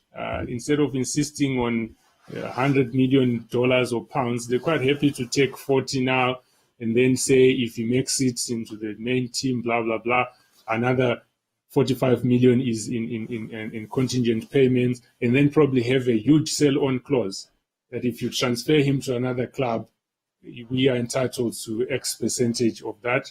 Yes, it's a topic that's subject to its own controversy, because some people say it amounts to third-party influence and all that. But generally, forgetting those issues about third-party influence, clubs releasing are quite more comfortable getting less in the beginning and more in contingent payments for younger guys, whereas for older guys, they want it upfront. They want to get as much as possible. Because remember, in most cases, they will probably be recouping what they've spent on the guy. So it's not really about profit sharing going forward. They're thinking of X amount of years he's been with us. We have spent so much money. If we can get X amount as soon as possible, that's great. You used an interesting term there. Amstel Harvest, I'll come back to your question there. You used a term called third-party ownership. Could you maybe, I'm going to double click on that one there, third-party ownership. We have heard that term with Carlos Tevez, with Javier Mascherano, and a few others, Neymar being another one in the very recent times. You see it mostly with the South American, and I can say the name of the agent, Kia Jurkabin, who third-party ownership is actually common practice in South America. Could you maybe unpack for some people what third-party ownership means and why it's illegal? Mostly, we view the world in European football terms. So in Europe, they are hugely against it. What is it, and why is it illegal? So the whole concept, or the whole idea, is that we want to keep the football money within football, and so that we don't lose control. People that benefit from it are people that we should be able to put before our tribunals if there's any wrongdoing. But in a typical third-party ownership, the some company that's not even a club will identify Mbulelo and say Mbulelo is going to go far. We're going to put him in X Academy, and then we're going to put him in X Academy. But you must know we own 80% of his economic and federative rights. And then what happens? So eventually, and I'm simplifying it as much as possible now. So when eventually Mbulelo makes it big, and your club is now getting money, of that 100 million, really only 20 is going into football, because 80 is going to these moguls that are in property business, not even in football, but they just had the foresight to say Mbulelo is good and we are going to take him, we'll keep him in this academy and we'll make money out of him. So in simple terms, that's what it was designed to make sure that it avoids. But there are also issues that come with it, because then when that happens, your club is now influenced as to where you go and play, because the property guys, who are not even football guys, who own 80% of your rights, would be saying, no, Mbulelo cannot go to Razano Football Club because they don't have money. We want him to go to the blue team because we're going to make more money there. So that cripples now your club cannot make its own decision on its own, because they now have to listen to these property moguls because they have put money to make sure that Mbulelo stays in this team or academy for so long. And we can go on for days, because then once that happens, you can't rule out match fixing, match manipulation, and all sorts of things, because these people will then have power over the actual club. And, they could wake up and decide tomorrow, no, we don't think Mbulelo must play today because the fields where they are playing is rubbish. He might get injured. We have a trial for him at that blue team next week, that sort of thing. So, yeah. So in the dumbest sense and the most simple terms, that's basically what it's about. And it then also gets complicated about people that actually want to put money into football, not just those that want to take. So some would be saying, you're busy making noise about financial fair play and all that because you say you want people to live within their means. But there are some companies that are already out there to come and pour in cash and all that. They should be allowed to do that. But then the noise becomes, but you now give powers to people outside.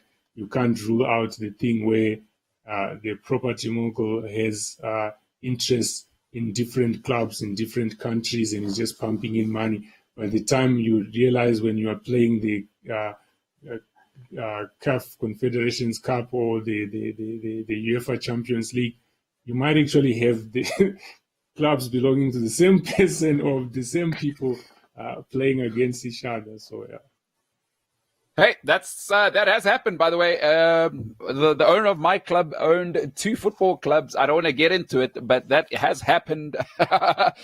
He owns 2. Well, he was allegedly involved in owning. Funnily enough, I just want to say this because I'm all about myself. I played as a junior at one of the other clubs in Russia that he owns, and he also, of course, owns Chelsea Football Club. And then they met in the Champions League, and there was some controversy there. You can go and look that up.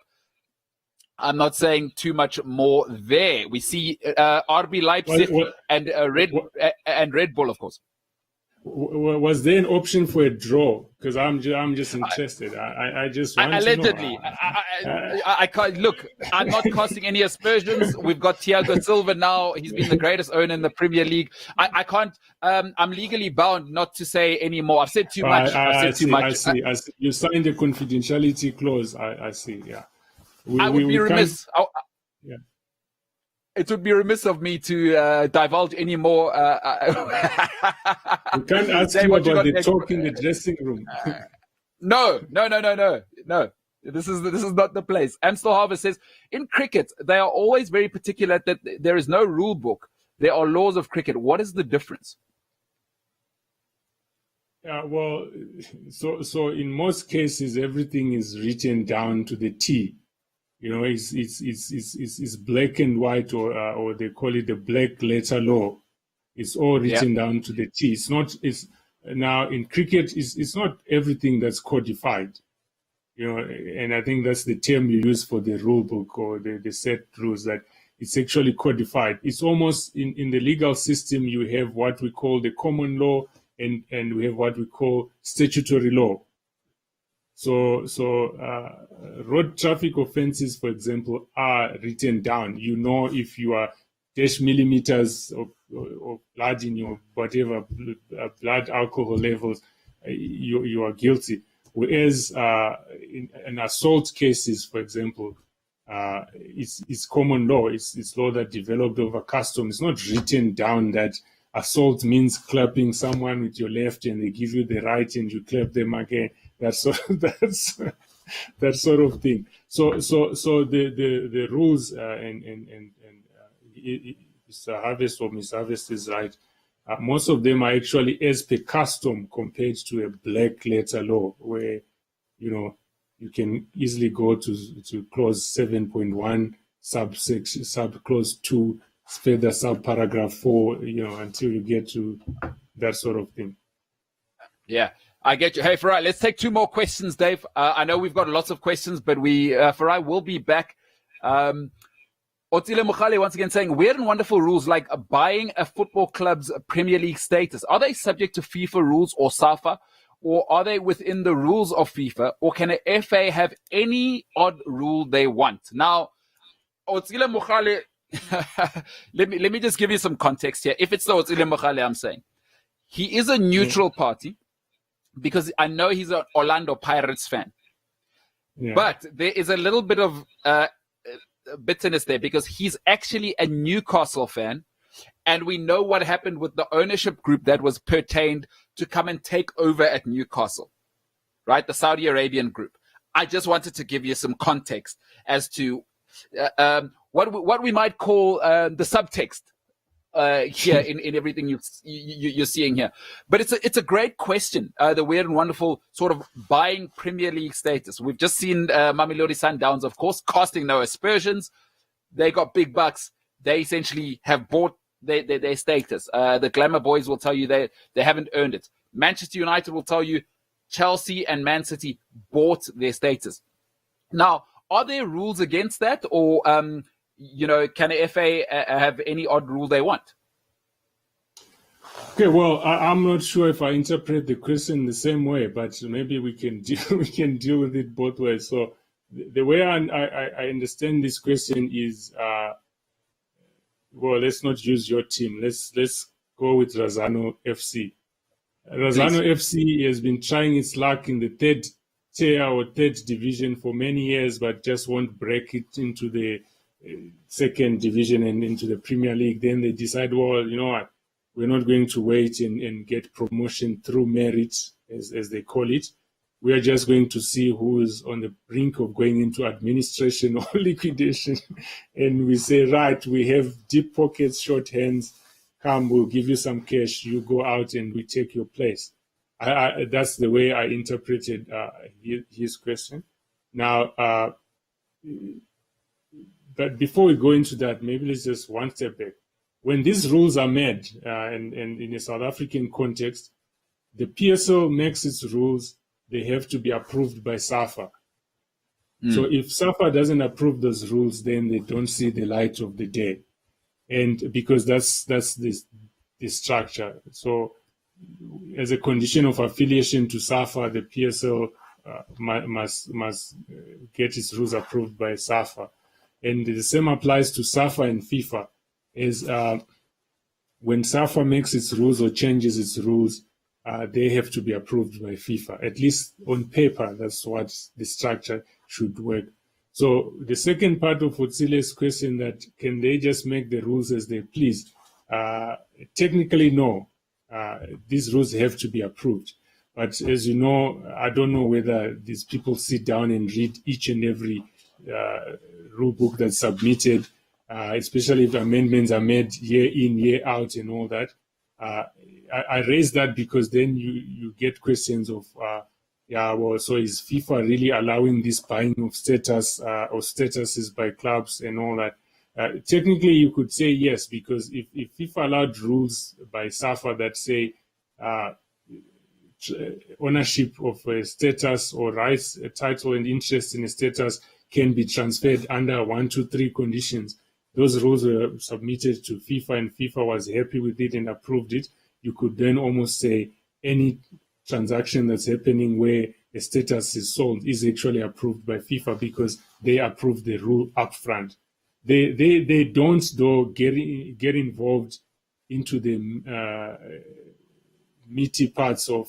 So look at the Newcastle deal, for example, where the FA then does all these checks and all that fit and proper checks, blah blah blah.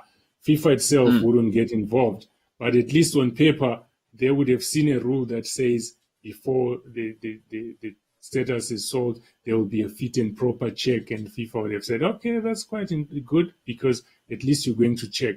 As to how you check when the actual applicant comes and they're trying to purchase a club, that's quite different. So, I'm not, as you know, in law there are always two sides. That's why Sure. There's always a respondent and an applicant. So on the one end, you could say, yes, FIFA does approve these rules. Therefore, also in theory, they've approved these sales and all that.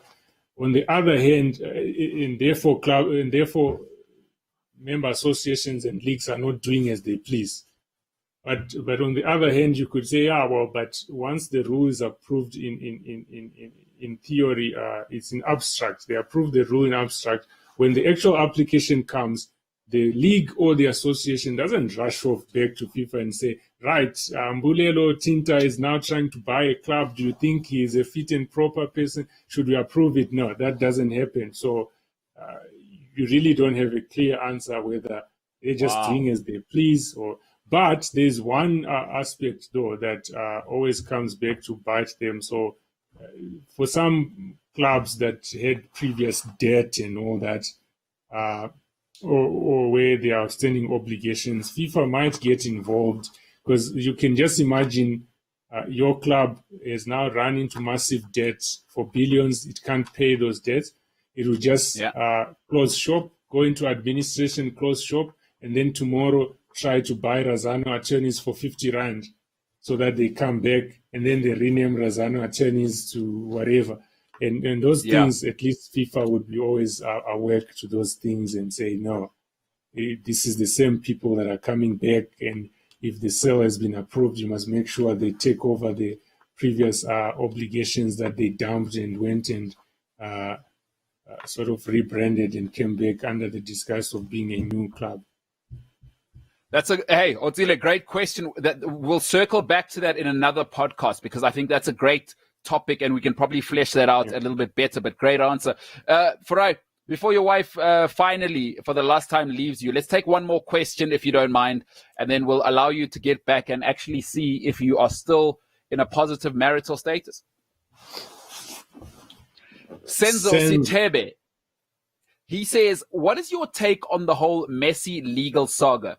Who would have more of a case if it had to go to court? Now, perhaps let me try and flesh it out a little bit because we do have podcast listeners and people who maybe don't have the time to understand. Lionel Messi had a clause that apparently he had inserted with his legal and team and agent to say when he wanted to leave for free, he could do that at any time. I don't know if I'm correct with that. But apparently that expired in June, July, of course, with coronavirus. And now La Liga have approved Barcelona's angle to say, no, that is no longer applicable because the date for that clause to come into play has passed. Is that correct? Is that incorrect? Wherever I'm incorrect, please feel free to correct.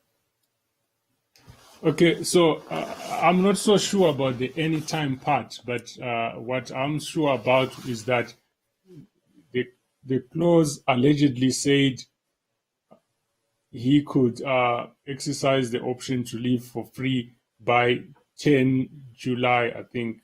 I may have got July and June wrong.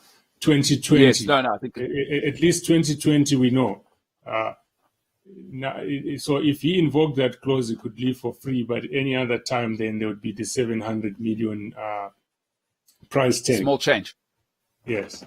But that whole affair, and excuse the pun, was very messy.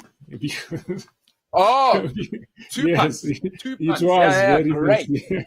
Yeah, it was very messy because so what happens is the clause specifically said 10 July 2020, or if it's June, you can correct me if I'm wrong there. Now, Messi came up with a very innovative interpretation, and I don't blame them because FIFA may have contributed to that controversy or madness. So, generally in football, employment contracts, their termination dates at least are tied to the end of the season.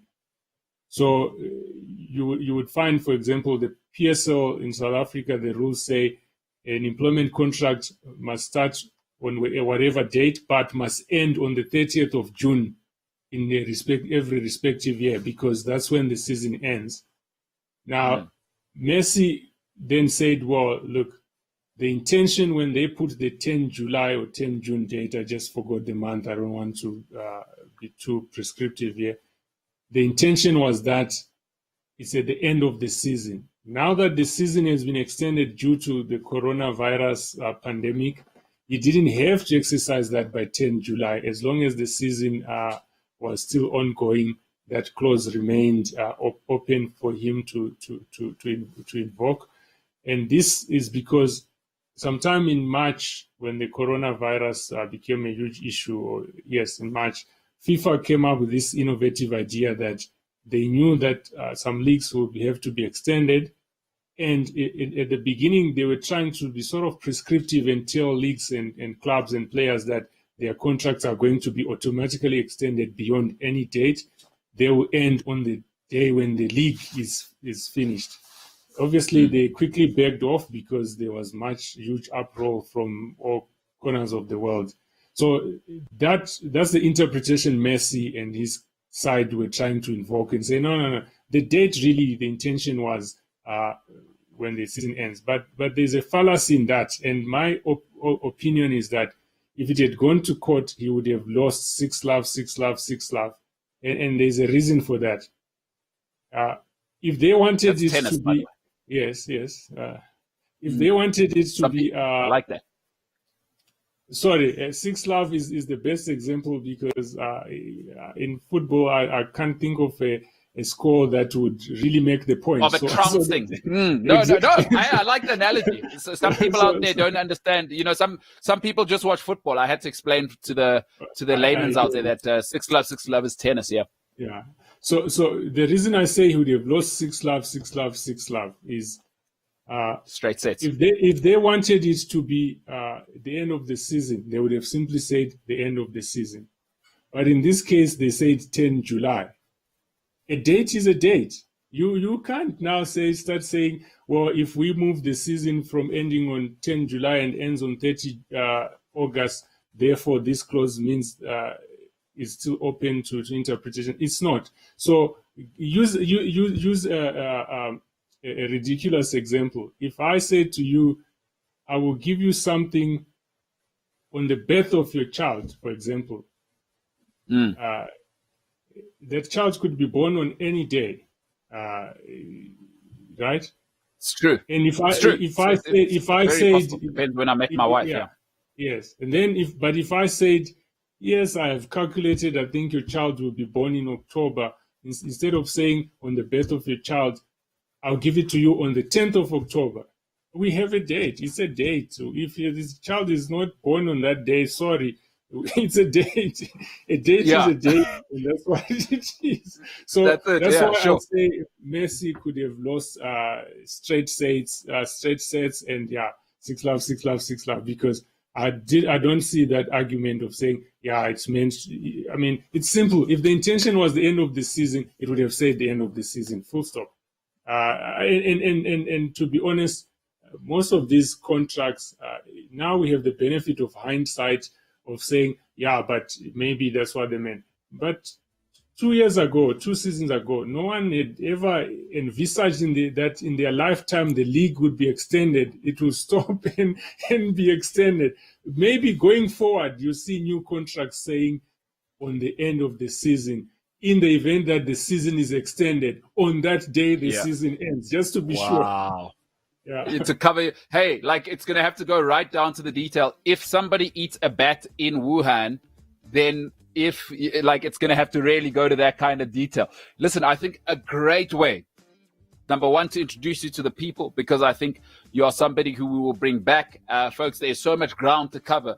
But this is what we're trying to do. CliffCentral Sport, of course, Big Shot Media. We're trying to bring you the best in the business. And not just information, the back and forth. As you can see, this is a wealth of knowledge. Expect much, much more of Farai. We're going to allow lots of situations. As you can hear, there's lots of places we can go. The legal side of sport is so interesting. Farai, great note to end off on. A date is a date. I probably should have listened to my ex-girlfriend on that one as well. That is why I am single right now. That is why you are married. You understand the fine details. The devil's in the detail. No devil himself, an absolute genius, ladies and gentlemen. Farai Razano, you are a great man. Dave, bring us up. Let me say goodbye to the man properly. Farai, you've been great. You're an inspiration, I'm sure, to one and all. Thank you so much, but it is not the last time. We have plenty to talk about. Thank you for doing us the honor of joining us tonight. Well, thank you for having me, and I really appreciate this. It's not something I take for granted. I mean, as you said, Big Shot Media, and there I am talking to you. So I really enjoyed it and I appreciate it. And anytime you can call me. Put me on speed dial. An app. Always, ladies and gentlemen. Farai Razano, of course, Razano Attorneys. He will be back. What an honor to have him on, folks. And as he said, a date is a date. Tomorrow's another date. That was awesome, man. That was awesome. That guy is just, wow, big brain. There's just there's no question you can ask in this field where he isn't going to give you the truth. Not what you want to hear, but the truth. An absolute honor. One of Africa's finest, and it is an honor to call him a friend.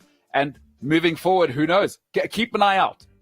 Absolutely brilliant stuff. Tomorrow, we bring one of the finest surfers on the planet.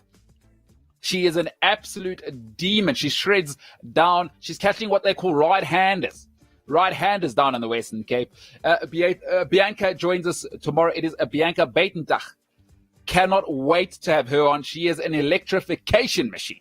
Cannot wait to have her on. One of the greatest surfers on planet Earth, folks. For tonight, though, it has been awesome. Thank you for sticking with us. It was a bit of a marathon, but my God, was it worth it. If you chose to stay with us, you could have been anywhere with anyone doing whatever you want. But for joining us, thank you very much, ladies and gentlemen, for this evening. From me, CliffCentral Sport, indeed Big Shot Media, Farai Razano, Dave Leroux, and the rest of the team, and my guy over here, Gareth Cliff. It has been an absolute pleasure. Until tomorrow, it has been CliffCentral Sport.